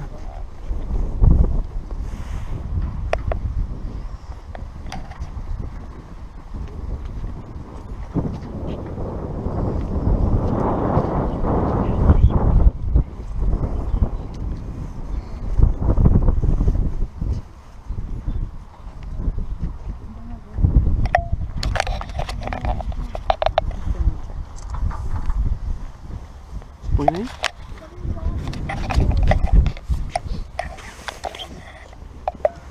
Ponte aquí para que No quiere. Está muy chascón. no lo dice la gente.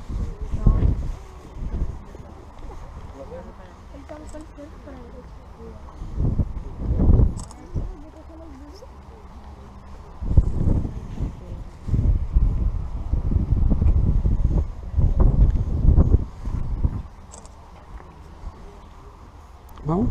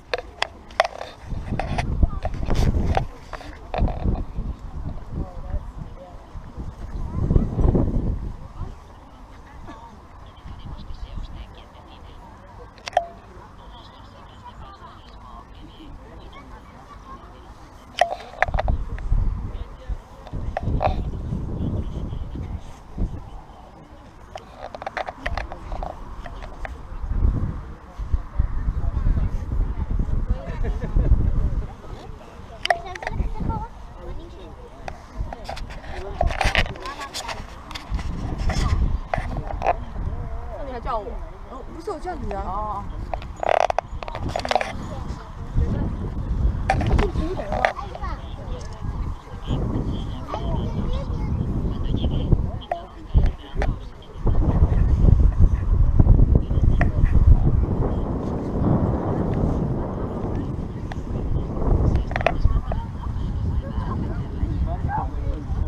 Оно не одно и то же, это я с разных сторон фоткаю, так что иди в жопу.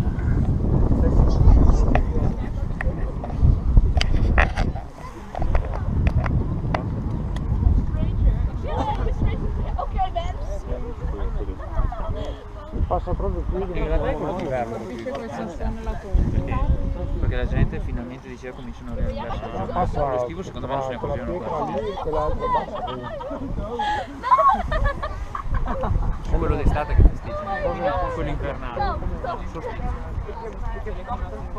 L'equinozio non è che fanno il solstizio, è quello d'inverno.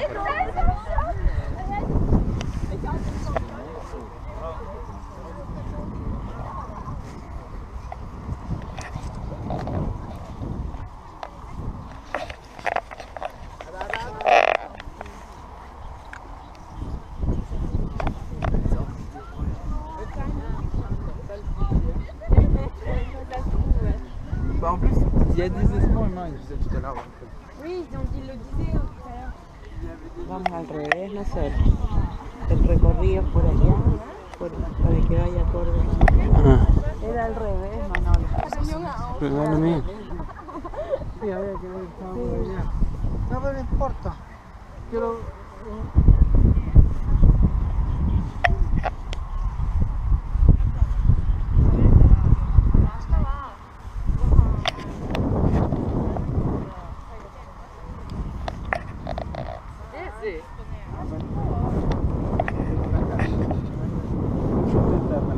Schierda.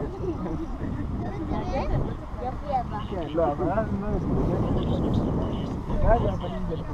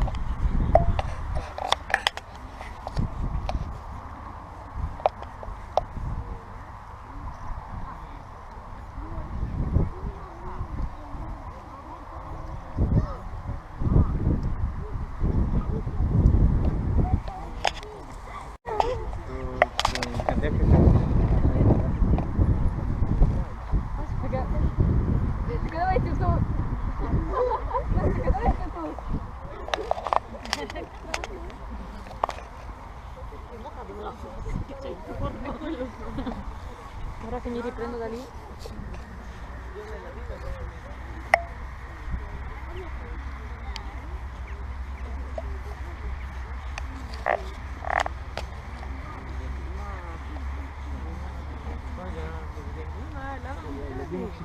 Acá más chiva y le dimos a la piscina, para que se suena todo, lo que pagué más y era mañana. Vamos.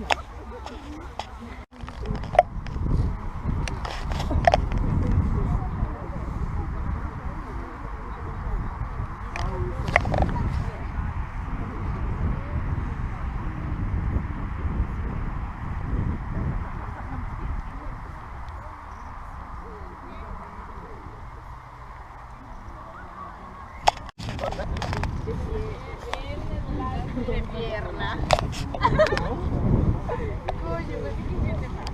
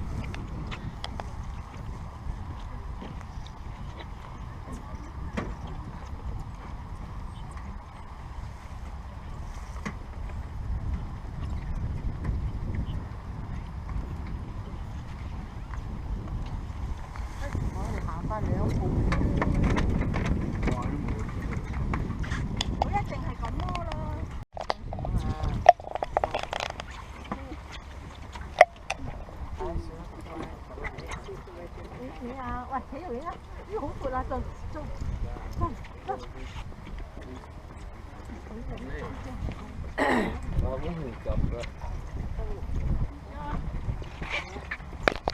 把聲。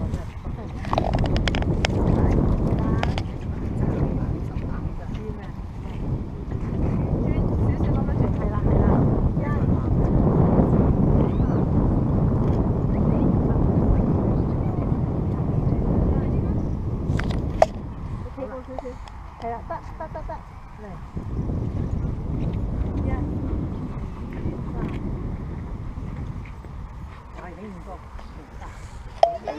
我驚我唔識影啊！你影啊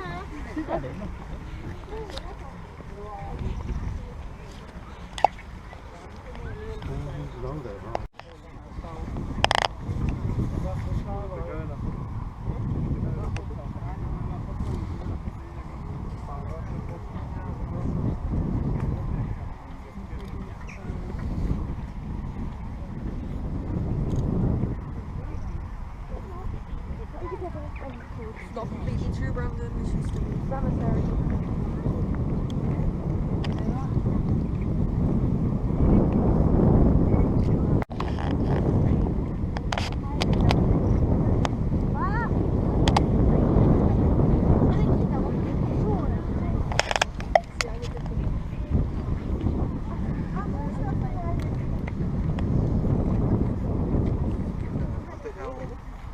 where the people the pools are based on even going.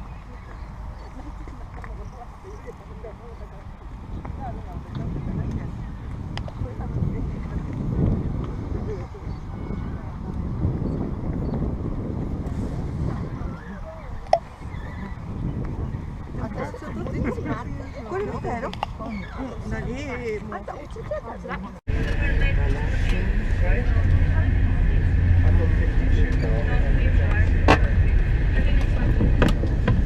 Okay everyone, so for those of you that have just joined us, welcome to you, and my name is Robert, your tour guide, and our driver down here at the front is Darren. Okay, so for those of you that have just got on board, if I could ask you please to make sure that your seat belts are securely fastened. So we are now a complete group, and because of that I'm just going to switch off the microphone very briefly, I hope, just to finish my paperwork, but I'll get back to you as soon as I can. Estamos completos y estamos listos para abajo.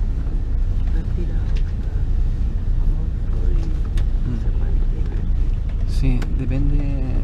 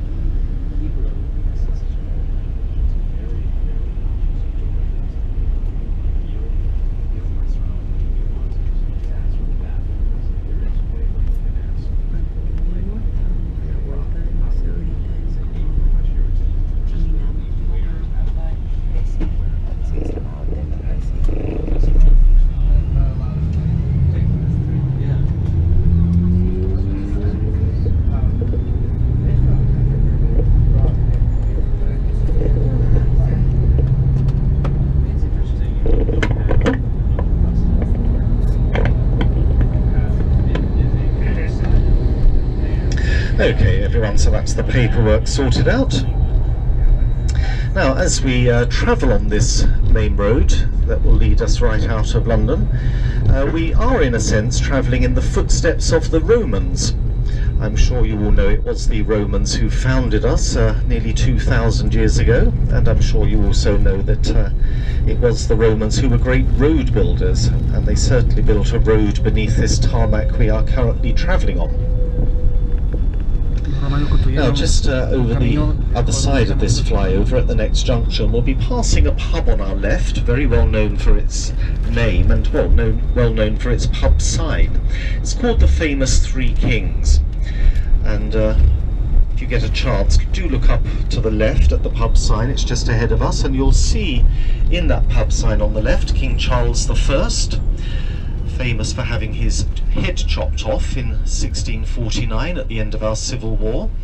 On the right of that sign you'll see the even more famous King Henry VIII, famous for having his 6 wives, not all at the same time of course, one after the other. And the figure in the centre of that pub sign, see if you can make out who that is, considered by many people to be the greatest king of all.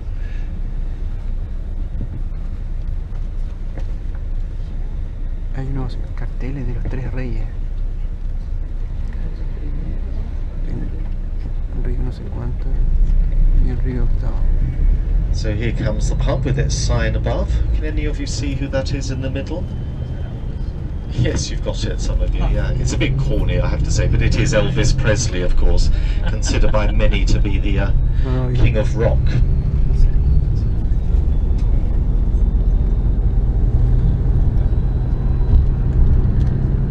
Bueno, el tercero era Elvis Presley, el rey del rock. Now we're coming towards the district of Hammersmith, and many clues to our past can be found in the names of districts, and Hammersmith is quite an easy one to explain. So if we think back to the age before all this motorised traffic, people were of course back then relying on horses to pull their various carts and carriages along. And in Hammersmith here there used to be many blacksmiths lining this main road, all there making sure that the horses were looked after just as well as the people, the blacksmiths making sure that the horses were all properly shod before they embarked on their longer journeys away from London.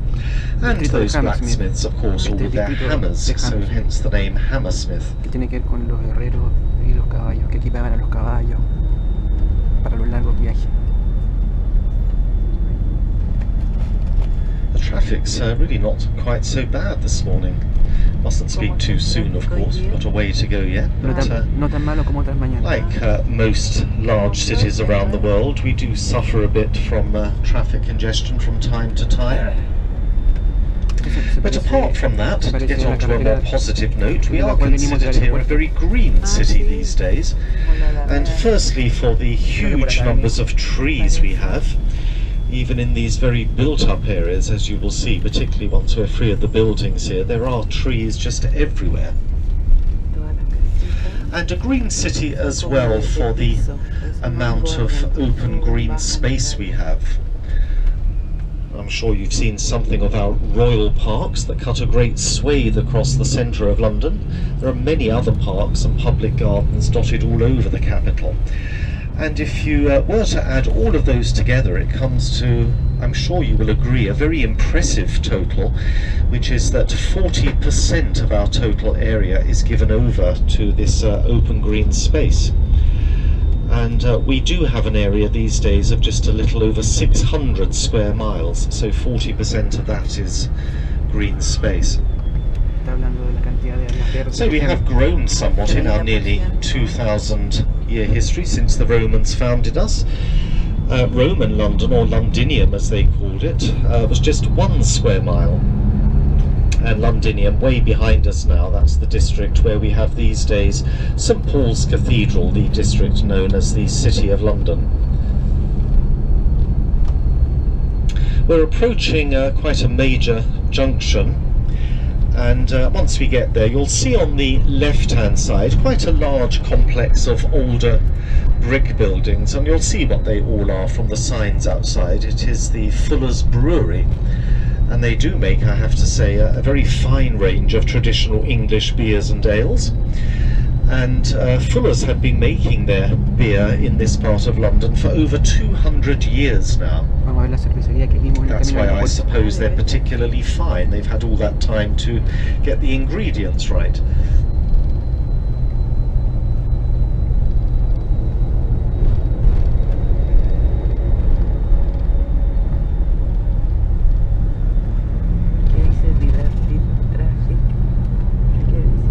Desviado.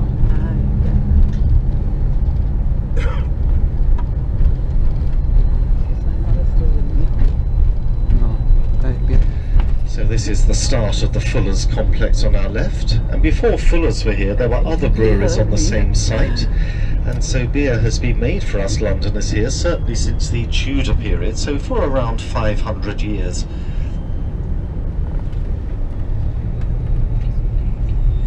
So let's now turn our minds to Windsor Castle, our first port of call.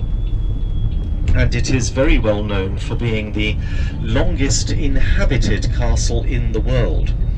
And all the kings and queens of this country have used it as a residence for nearly 1,000 years now.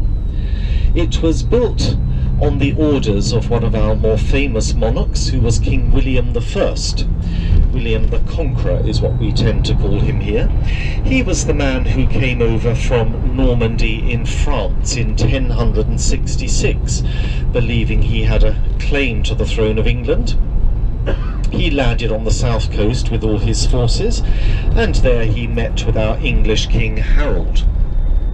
I say met with King Harold, of course they fought a battle, and it was William who was victorious. Poor old King Harold was killed at that battle, and so William made his way to London here, where he was indeed offered the throne of England. And following his coronation, which was in Westminster Abbey on Christmas Day of 1066, he then turned his mind to the defences of his new capital. And in London itself he ordered 3 castles to be built. The only one of those 3 still to remain is the very famous Tower of London. But he went much further than that. He also ordered to be built a circle of castles to surround London. There were 9 castles within this circle, and Windsor was one of them. It was all very carefully planned out, and these 9 castles encircling London were all built just about 20 miles from the capital, and also within that circle they were built 20 miles apart. And the reason for that was simply that 20 miles was considered to be 1 day's marching for a body of troops. So if there were any problems at any of the castles, if anyone for instance was under attack, then reinforcement troops could be got from the neighbouring castles within a day. Now, because the castle does have such a long history, it's not surprising that many changes have taken place down at the castle complex. And I'm going to tell you about 2 of the kings who were really responsible for the most major of those changes. And firstly, King Charles II. He became king in 1660 after what was a very dark and troubled time in our history. It was his father that I mentioned back there at the pub, Charles I, who was executed, remember, at the end of our Civil War, 1649. He had his head chopped off, and following his execution we were in fact a republic for a short time, for 11 years, the country run instead by a man called Oliver Cromwell. And during the time of the Civil War, all the family members of Charles I, they had managed to escape, mainly over into France, where they were living as guests of the French King Louis XIV. But that time of the Republic really wasn't very successful, and when Oliver Cromwell died, the government decided they would restore the monarchy, and so they invited the eldest son of the executed Charles I, Prince Charles, back from his exile in France to become the next King of England. And so following his coronation, he set about absolutely transforming Windsor Castle from a mere stone fortress into a magnificent Baroque palace. And he did this because when he was over in France, he was very much influenced by the royal residences he had seen over there, in particular the very famous palace at Versailles. And once he was King of England, he wanted to rival what he had seen in France with his royal residences here. We now skip forward in time to the 19th century and to King George IV. He was king from 1820 to 1830, and he was very well known in his own time for being a terrible spendthrift. He was always spending vast sums of money, largely on himself, I have to say, but I'm afraid it was money that he really didn't have, and so he was never very popular with his governments, who were often having to bail him out. But having very little money certainly didn't prevent him from lavishing an absolute fortune down at Windsor Castle. And when you pass through the wonderful state apartments later on, the sort of decor you will be looking at there largely reflects the taste of King George IV, who was a very flamboyant character. Now, coming closer to our own time, there was back in 1992 a terrible disaster at the castle. There was a very serious fire, and most of the state apartments sadly were completely burnt out. Now, I hasten to add, please don't worry any one of you, because I'm not going to be sending you into a charred ruin. It was all beautifully and faithfully restored at a cost of £37 million, and the castle these days is really in the best condition it's been in for many centuries, both inside and out. It was very fortunate that on the night of that fire that Prince Andrew happened to be in residence, Prince Andrew being the third child of Her Majesty the Queen. And when the alarm was raised, it was in the early hours of the morning, but despite that he just sprung into action, and he organised anyone that was around in the castle and anyone that happened to be out and about in the town of Windsor, and he organised them into human chains. And between them they got so many of the magnificent treasures out of these state apartments before the flames could really take hold.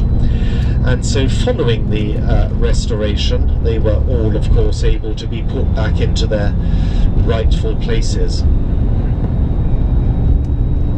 A major addition to the castle was started in 1475, and this was the building of St George's Chapel.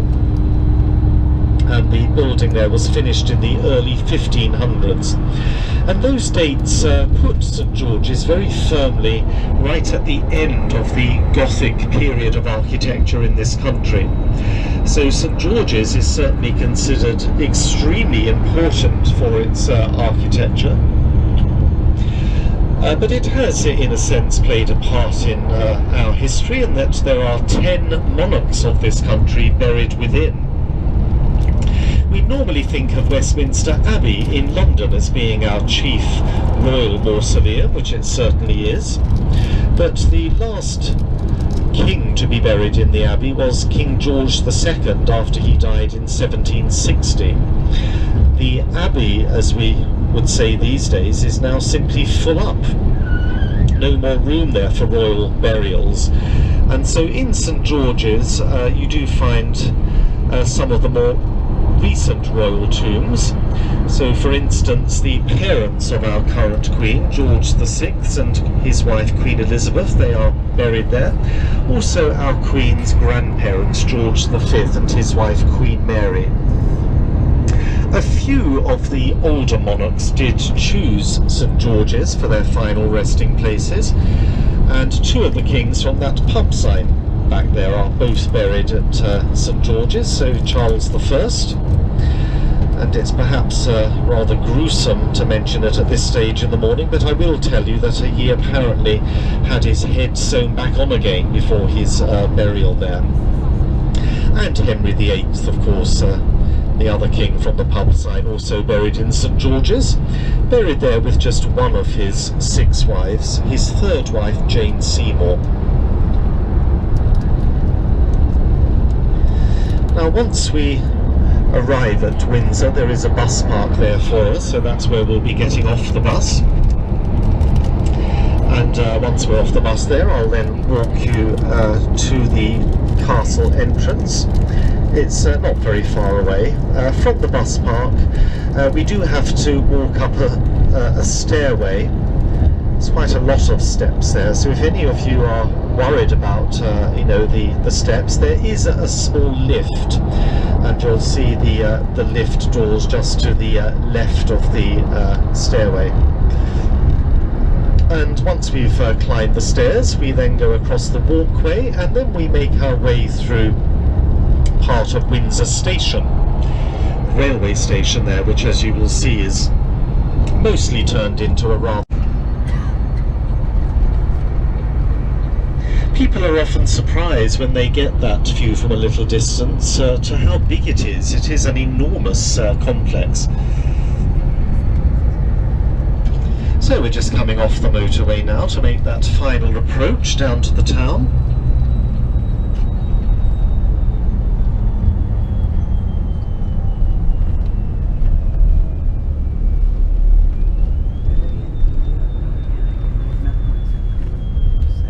No, el papel no dice que no teníamos ambos.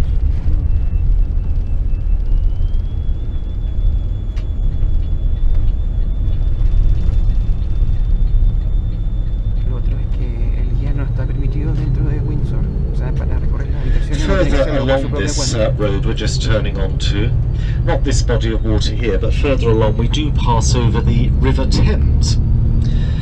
Looking, I have to say, very different out here to how we are used to seeing it in London.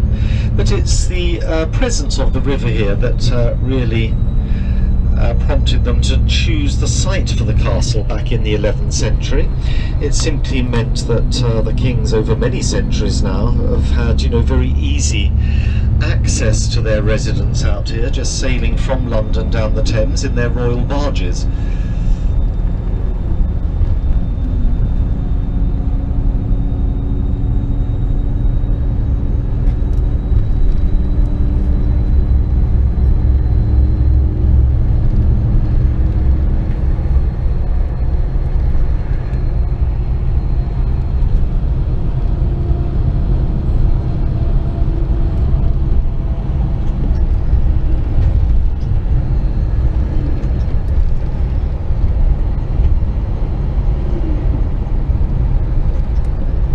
So this is where we're going to cross over the Thames.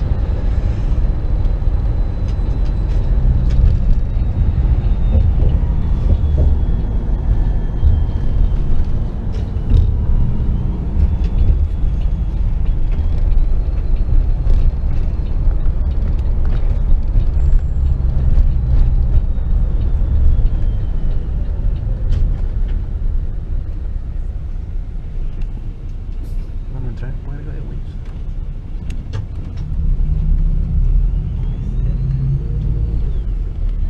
Es lo que habían el rey Guillermo I, el normando, cuando entró a Inglaterra y derrotó al rey Harold, o Harold, no sé cuánto, mandó construir 9 castillos en la ciudad, en la city. Y de esos 9 castillos estaban distribuidos en forma de círculo, cada uno a una distancia de 20 millas del otro. Uno de esos castillos es Windsor, por ejemplo. ¿Y por qué 20 millas? Porque eso era la distancia que se consideraba que era lo máximo que podía caminar un soldado en un día, o una tropa en un día. Ahí vivían guerreros.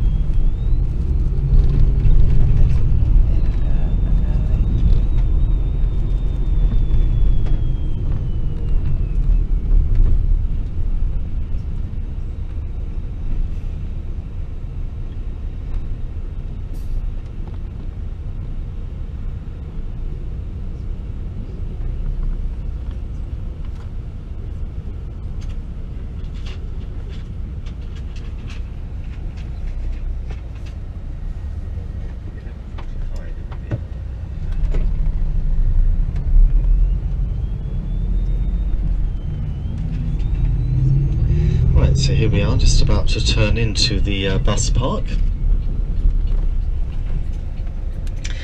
Now it will be pretty busy, I imagine, once we get off the bus and start walking towards the castle. There will be a few other groups like ours doing the same thing, so please make sure you stick with me. I will be holding my umbrella up ahead of you so you can see me walking in front of you. And once we're up the stairs across the walkway and into Windsor Station, I will pause there to allow everyone to catch up.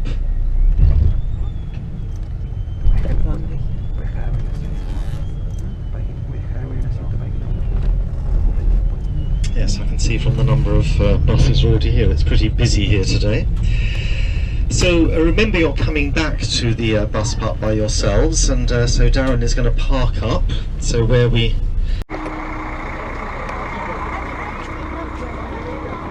Paraguas negro, tipo de chaqueta clara y paraguas negro, el abuelito.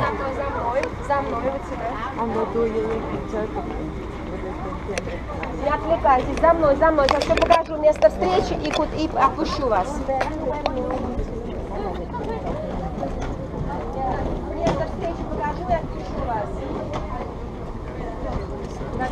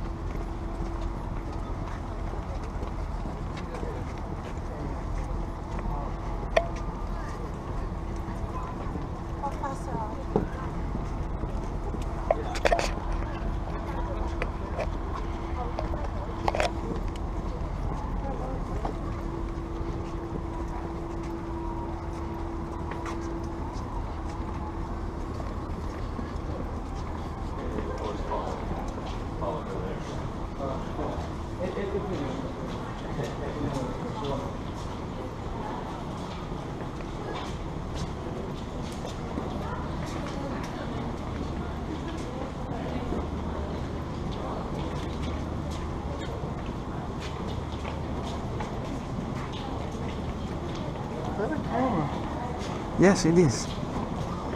It's really cool.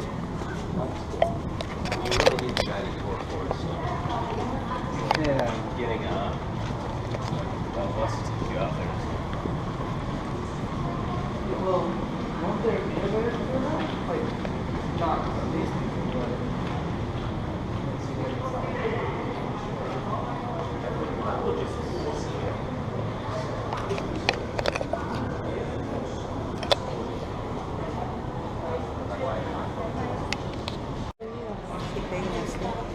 Mira, lo que podemos hacer es... Que la tenemos que pagar de nuevo. Claro. Pero él no anda con... Tiene que andar con una listita. Sí. Sí.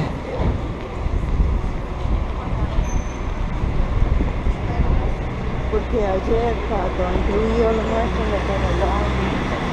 Sí, pero bueno, ahí vamos a ver, a medida que se desarrollen las cosas, cómo va a acreditar quién tiene y quién no.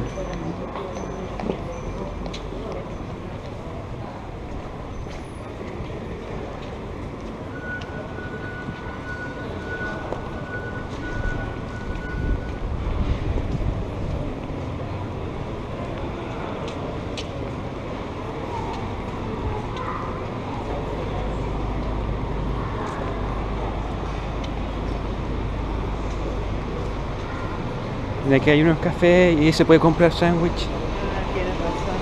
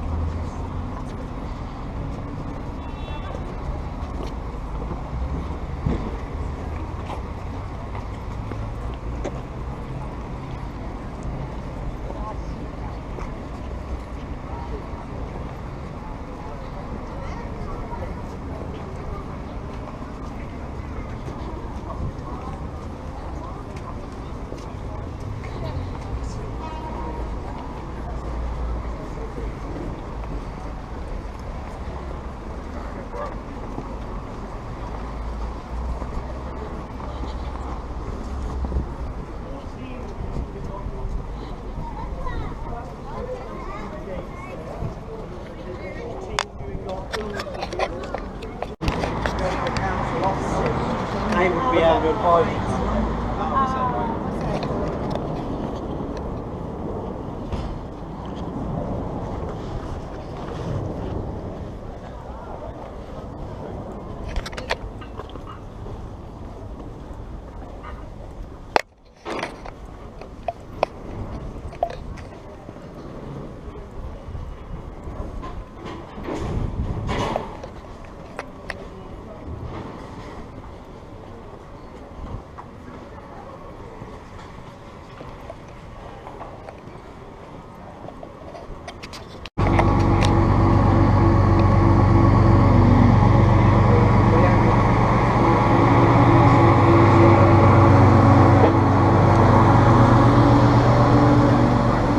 El pato.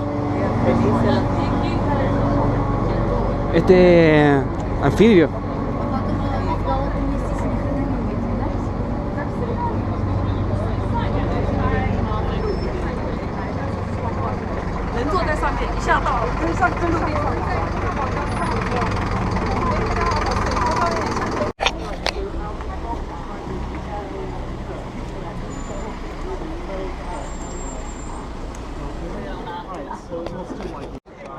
Se ríe porque te gustan las servilletas de el auto. Es que son re buenas, son gruesecitas y no se estiran. Ese que están en la... Tenemos los fresquitos verdes.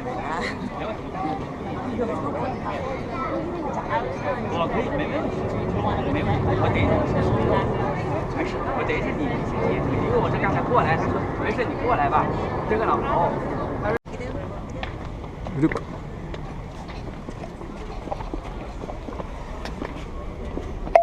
Estoy grabando.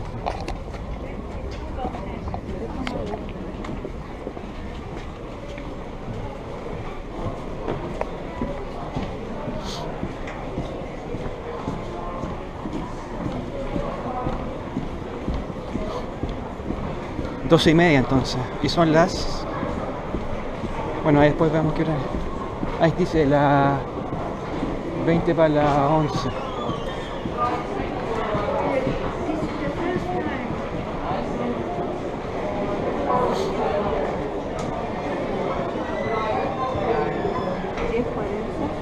Claro.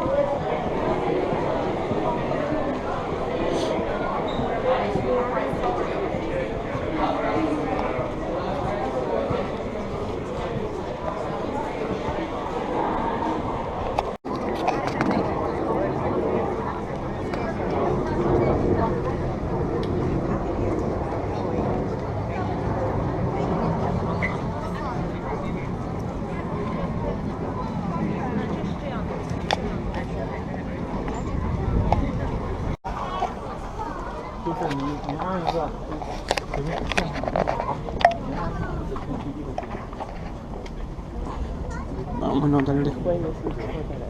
Sí, vamos más cerca.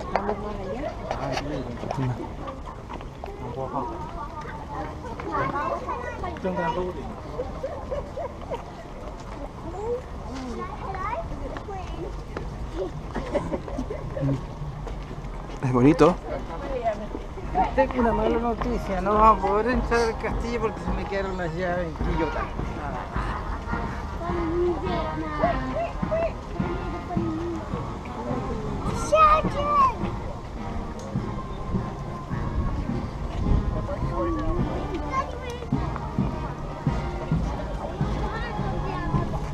No está nada más.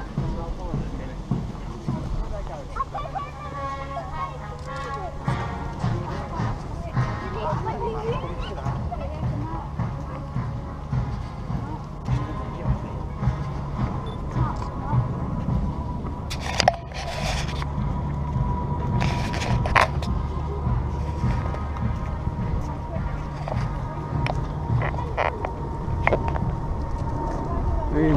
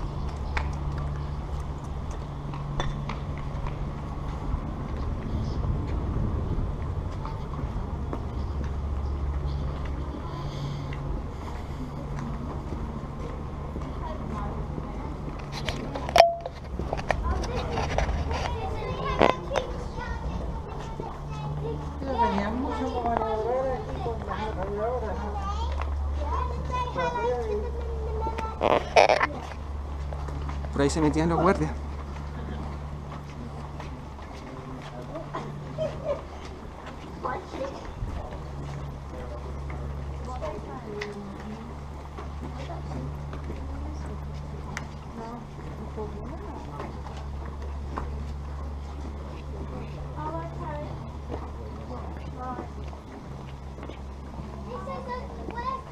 Qué lindo.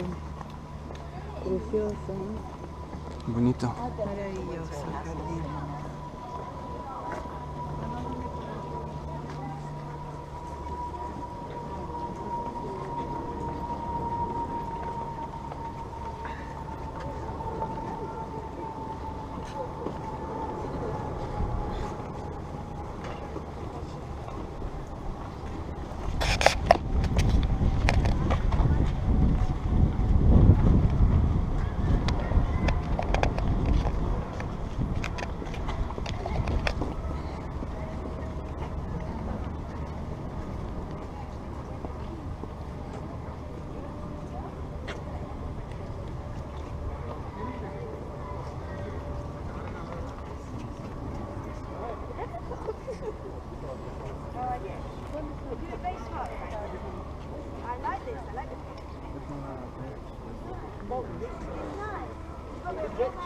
The previous queen and kings, did they have their own personal standard?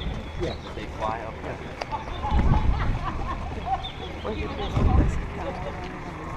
Sí.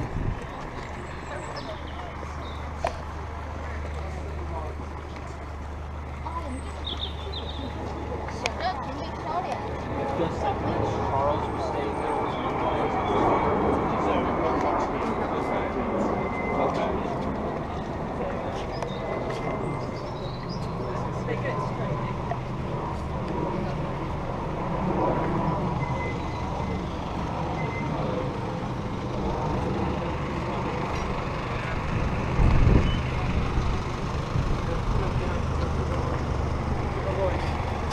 to get it straight, yeah? Yeah, that's fine. Sure? Yeah, go. I see it. Yeah, go, keep going. El colegio les queda una cuadra de la casa. Claro.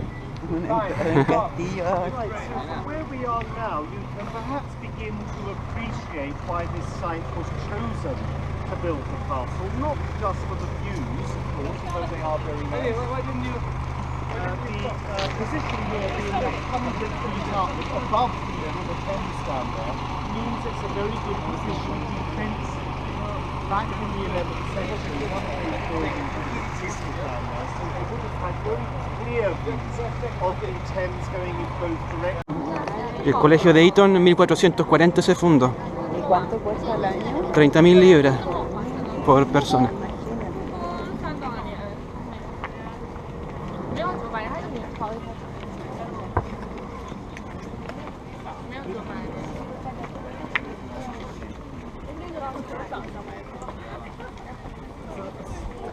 Soldiers going to pass by, we'll have to make way for them, so it's difficult.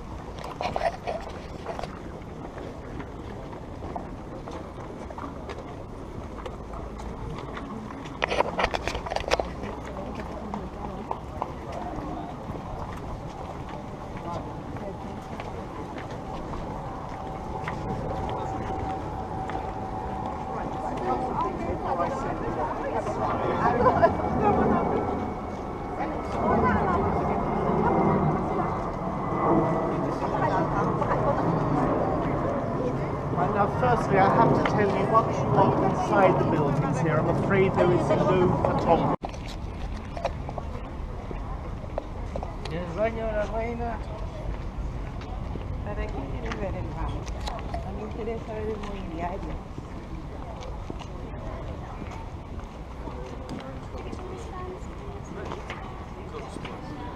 Just need to tell you there's no photography inside.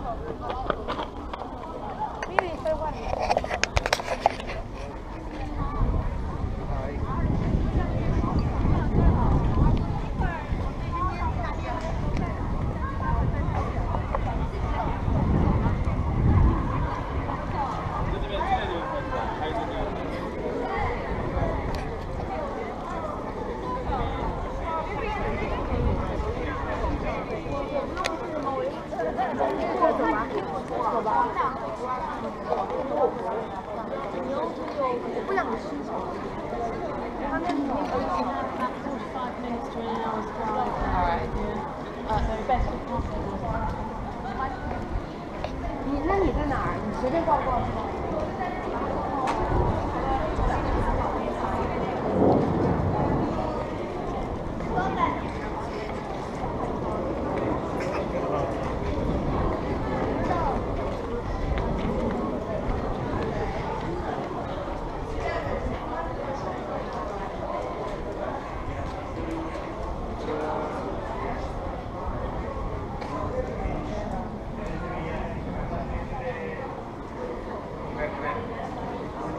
买得到吗？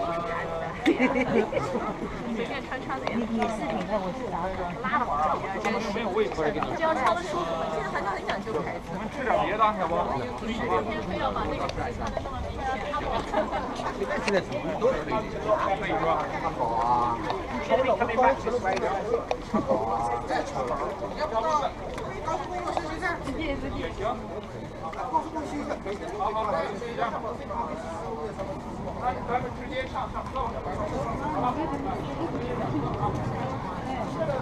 Oh, se me perdieron.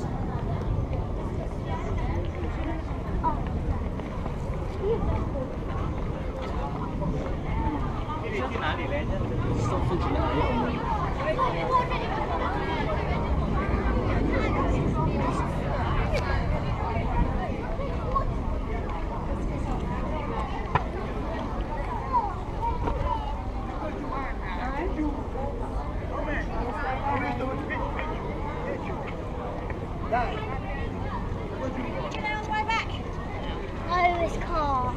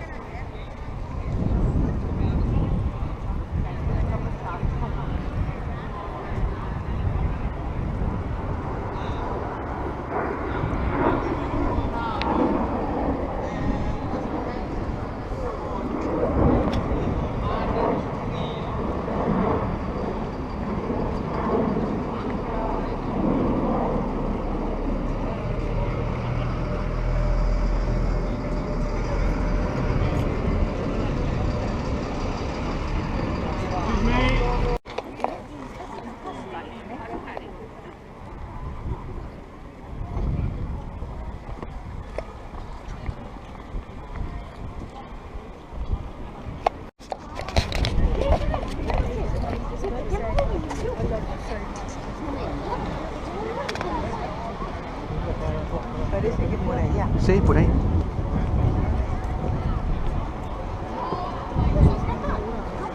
Mucha más gente.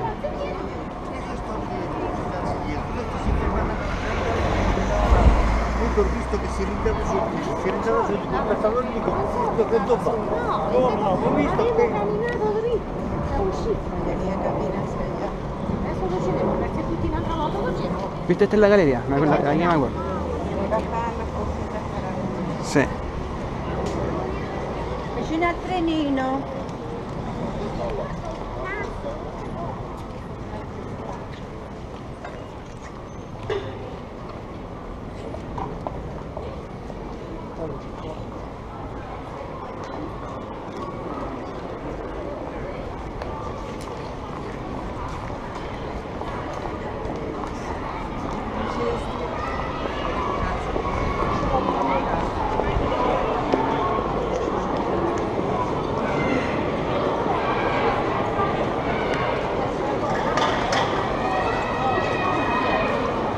Acá, venir más fácil. Sí, compramos un sándwich y un jugo para llevar y listo.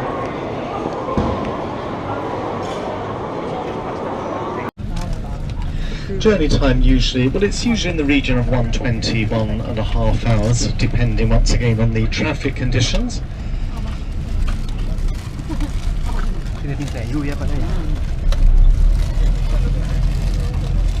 And we're going to leave Windsor using a different route to the one we came in on, so a bit more of the town to see. And indeed, we will be passing by some of the very extensive grounds of Windsor Castle. Windsor Great Park as it's known these days.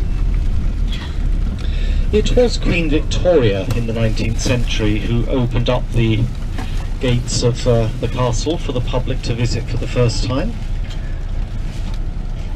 And it was her husband, Prince Albert, who decided the park should also be opened up to the public, and he had a particular reason for doing that.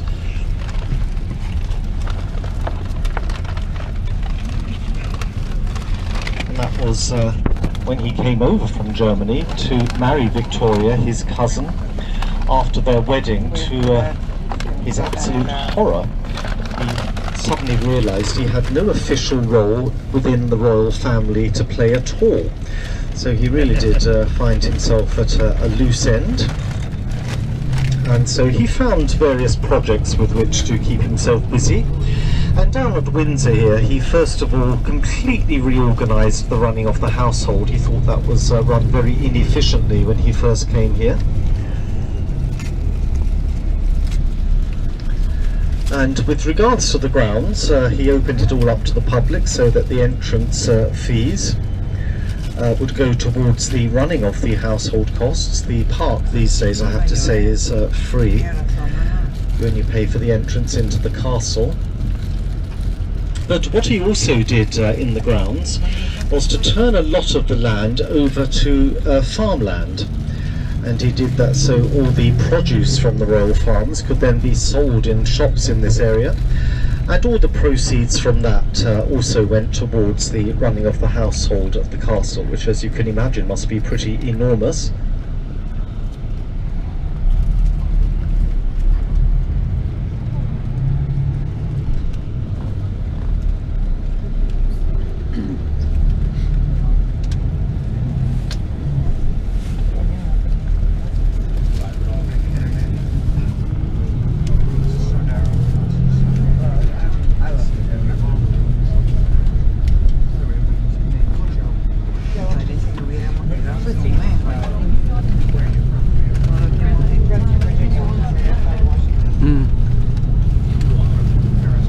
El viaje a Stonehedge dura entre 1 hora 20 y 1 hora y media, dependiendo del tráfico.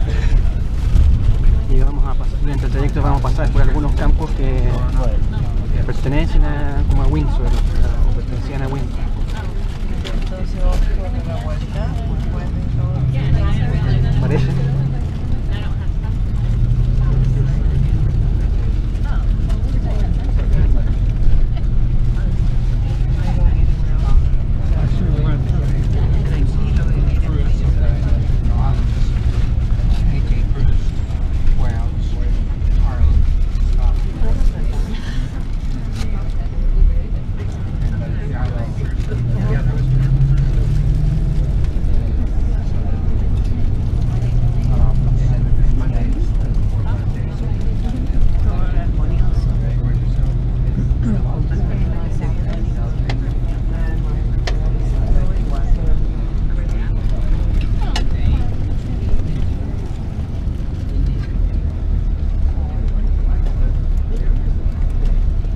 Legoland, hay un Legoland.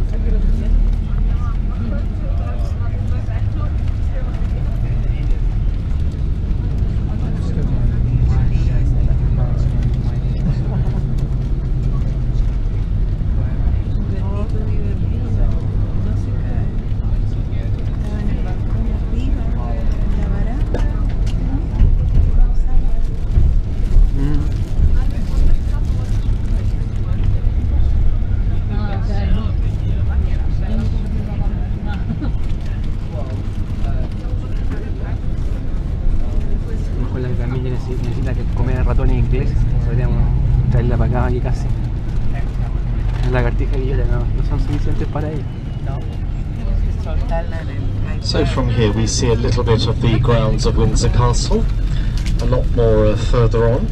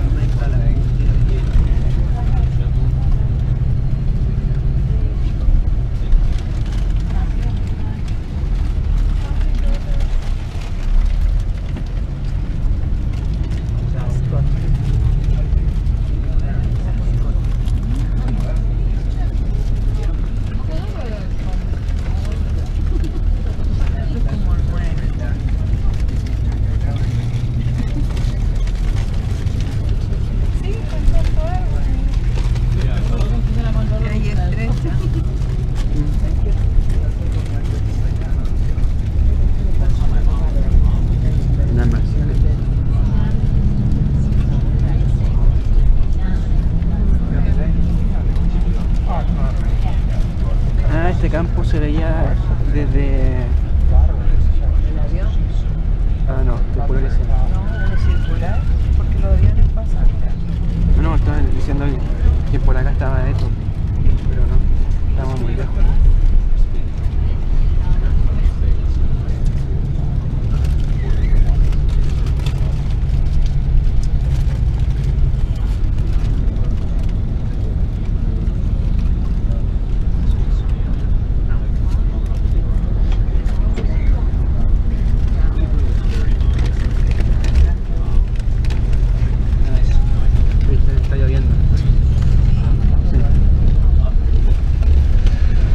So here we see a lot more of the grounds of Windsor Castle, as I say, opened up to the public these days. But when the Queen is in residence at Windsor, she is sometimes seen riding in this part of the park here.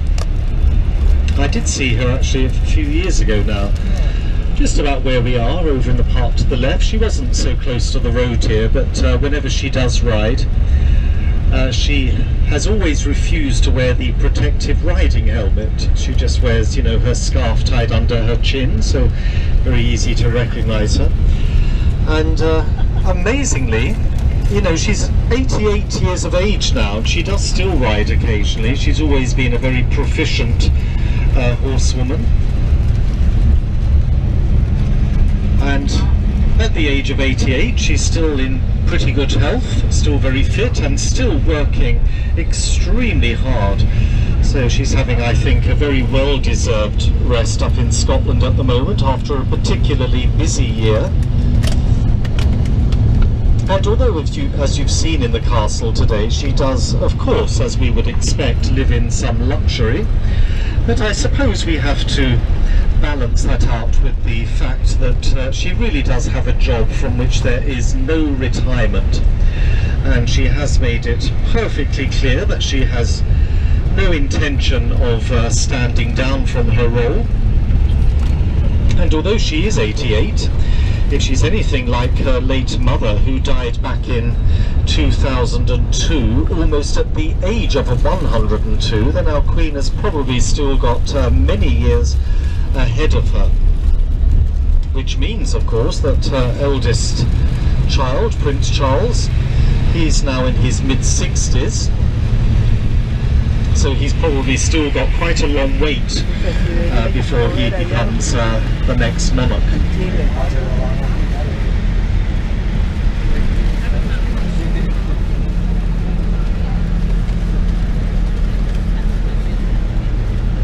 Bueno, voy a apagarla there were a few showers forecast today. Fortunately, always attends the Royal Ascot meeting. She does own many of her own race horses. Some of those are stabled close to Windsor here. She also does have some horses stabled over in Kentucky in the United States.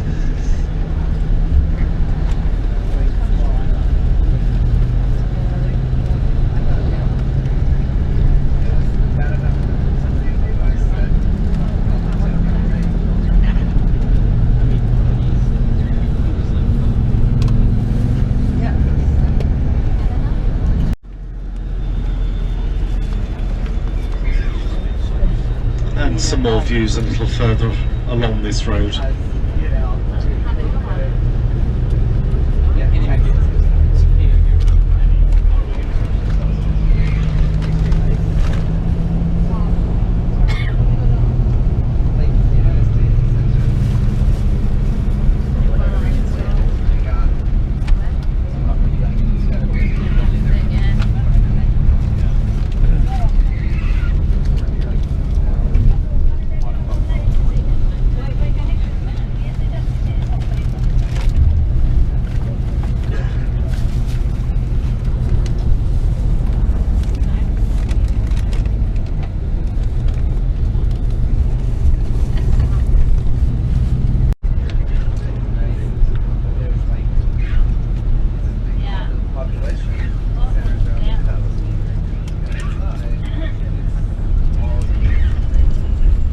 So we're making our way towards the motorway, this time the M3. It was the M4 we left London on this morning, and that will take us further south and west from here, and of course towards Stonehenge. Now what I generally do around this point is switch off the microphone for a while, because I appreciate you've all had quite an early start this morning, and I know from experience there will be, let's say, a few heavy eyelids behind me at the moment. So a chance for some of you, if you wish, to catch up on a bit of that all-important sleep. So either do that or just sit back and relax and enjoy the scenery, as pretty soon we'll be driving through the more rural districts. But I will of course switch on in plenty of time before we arrive at Stonehenge to give you some commentary about the famous ancient monument there. And also a little further along, I think perhaps once we get onto the motorway, I will come up and down the bus, because I have wristbands with me for our entrance into Stonehenge, so I will give those out to the 38 of you that have the entrance included. Once we get closer to Stonehenge later on, I'll speak about the arrangements for the 14 of you that are doing your own entrances today. So I'll speak to you all a little later on. Entonces ahora va a dejar de hablar por un rato para que la gente pueda o dormir, y más adelante va a pasar las cintas para la muñeca para aquellos que hayan comprado la entrada de Stonehenge.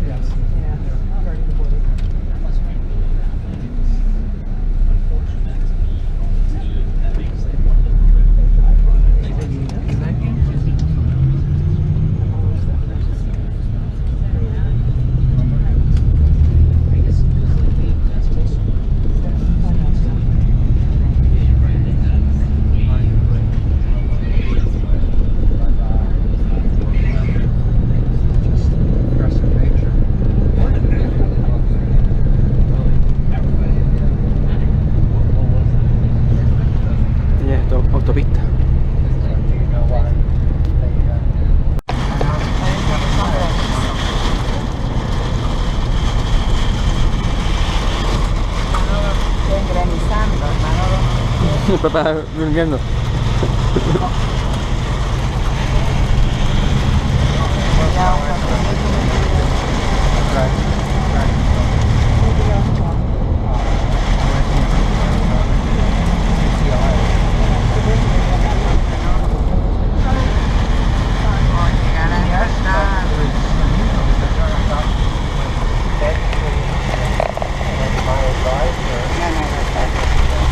¿Por qué? ¿Qué voy a hacer? Hacer con la manita, ¿no? ¿Qué cosa?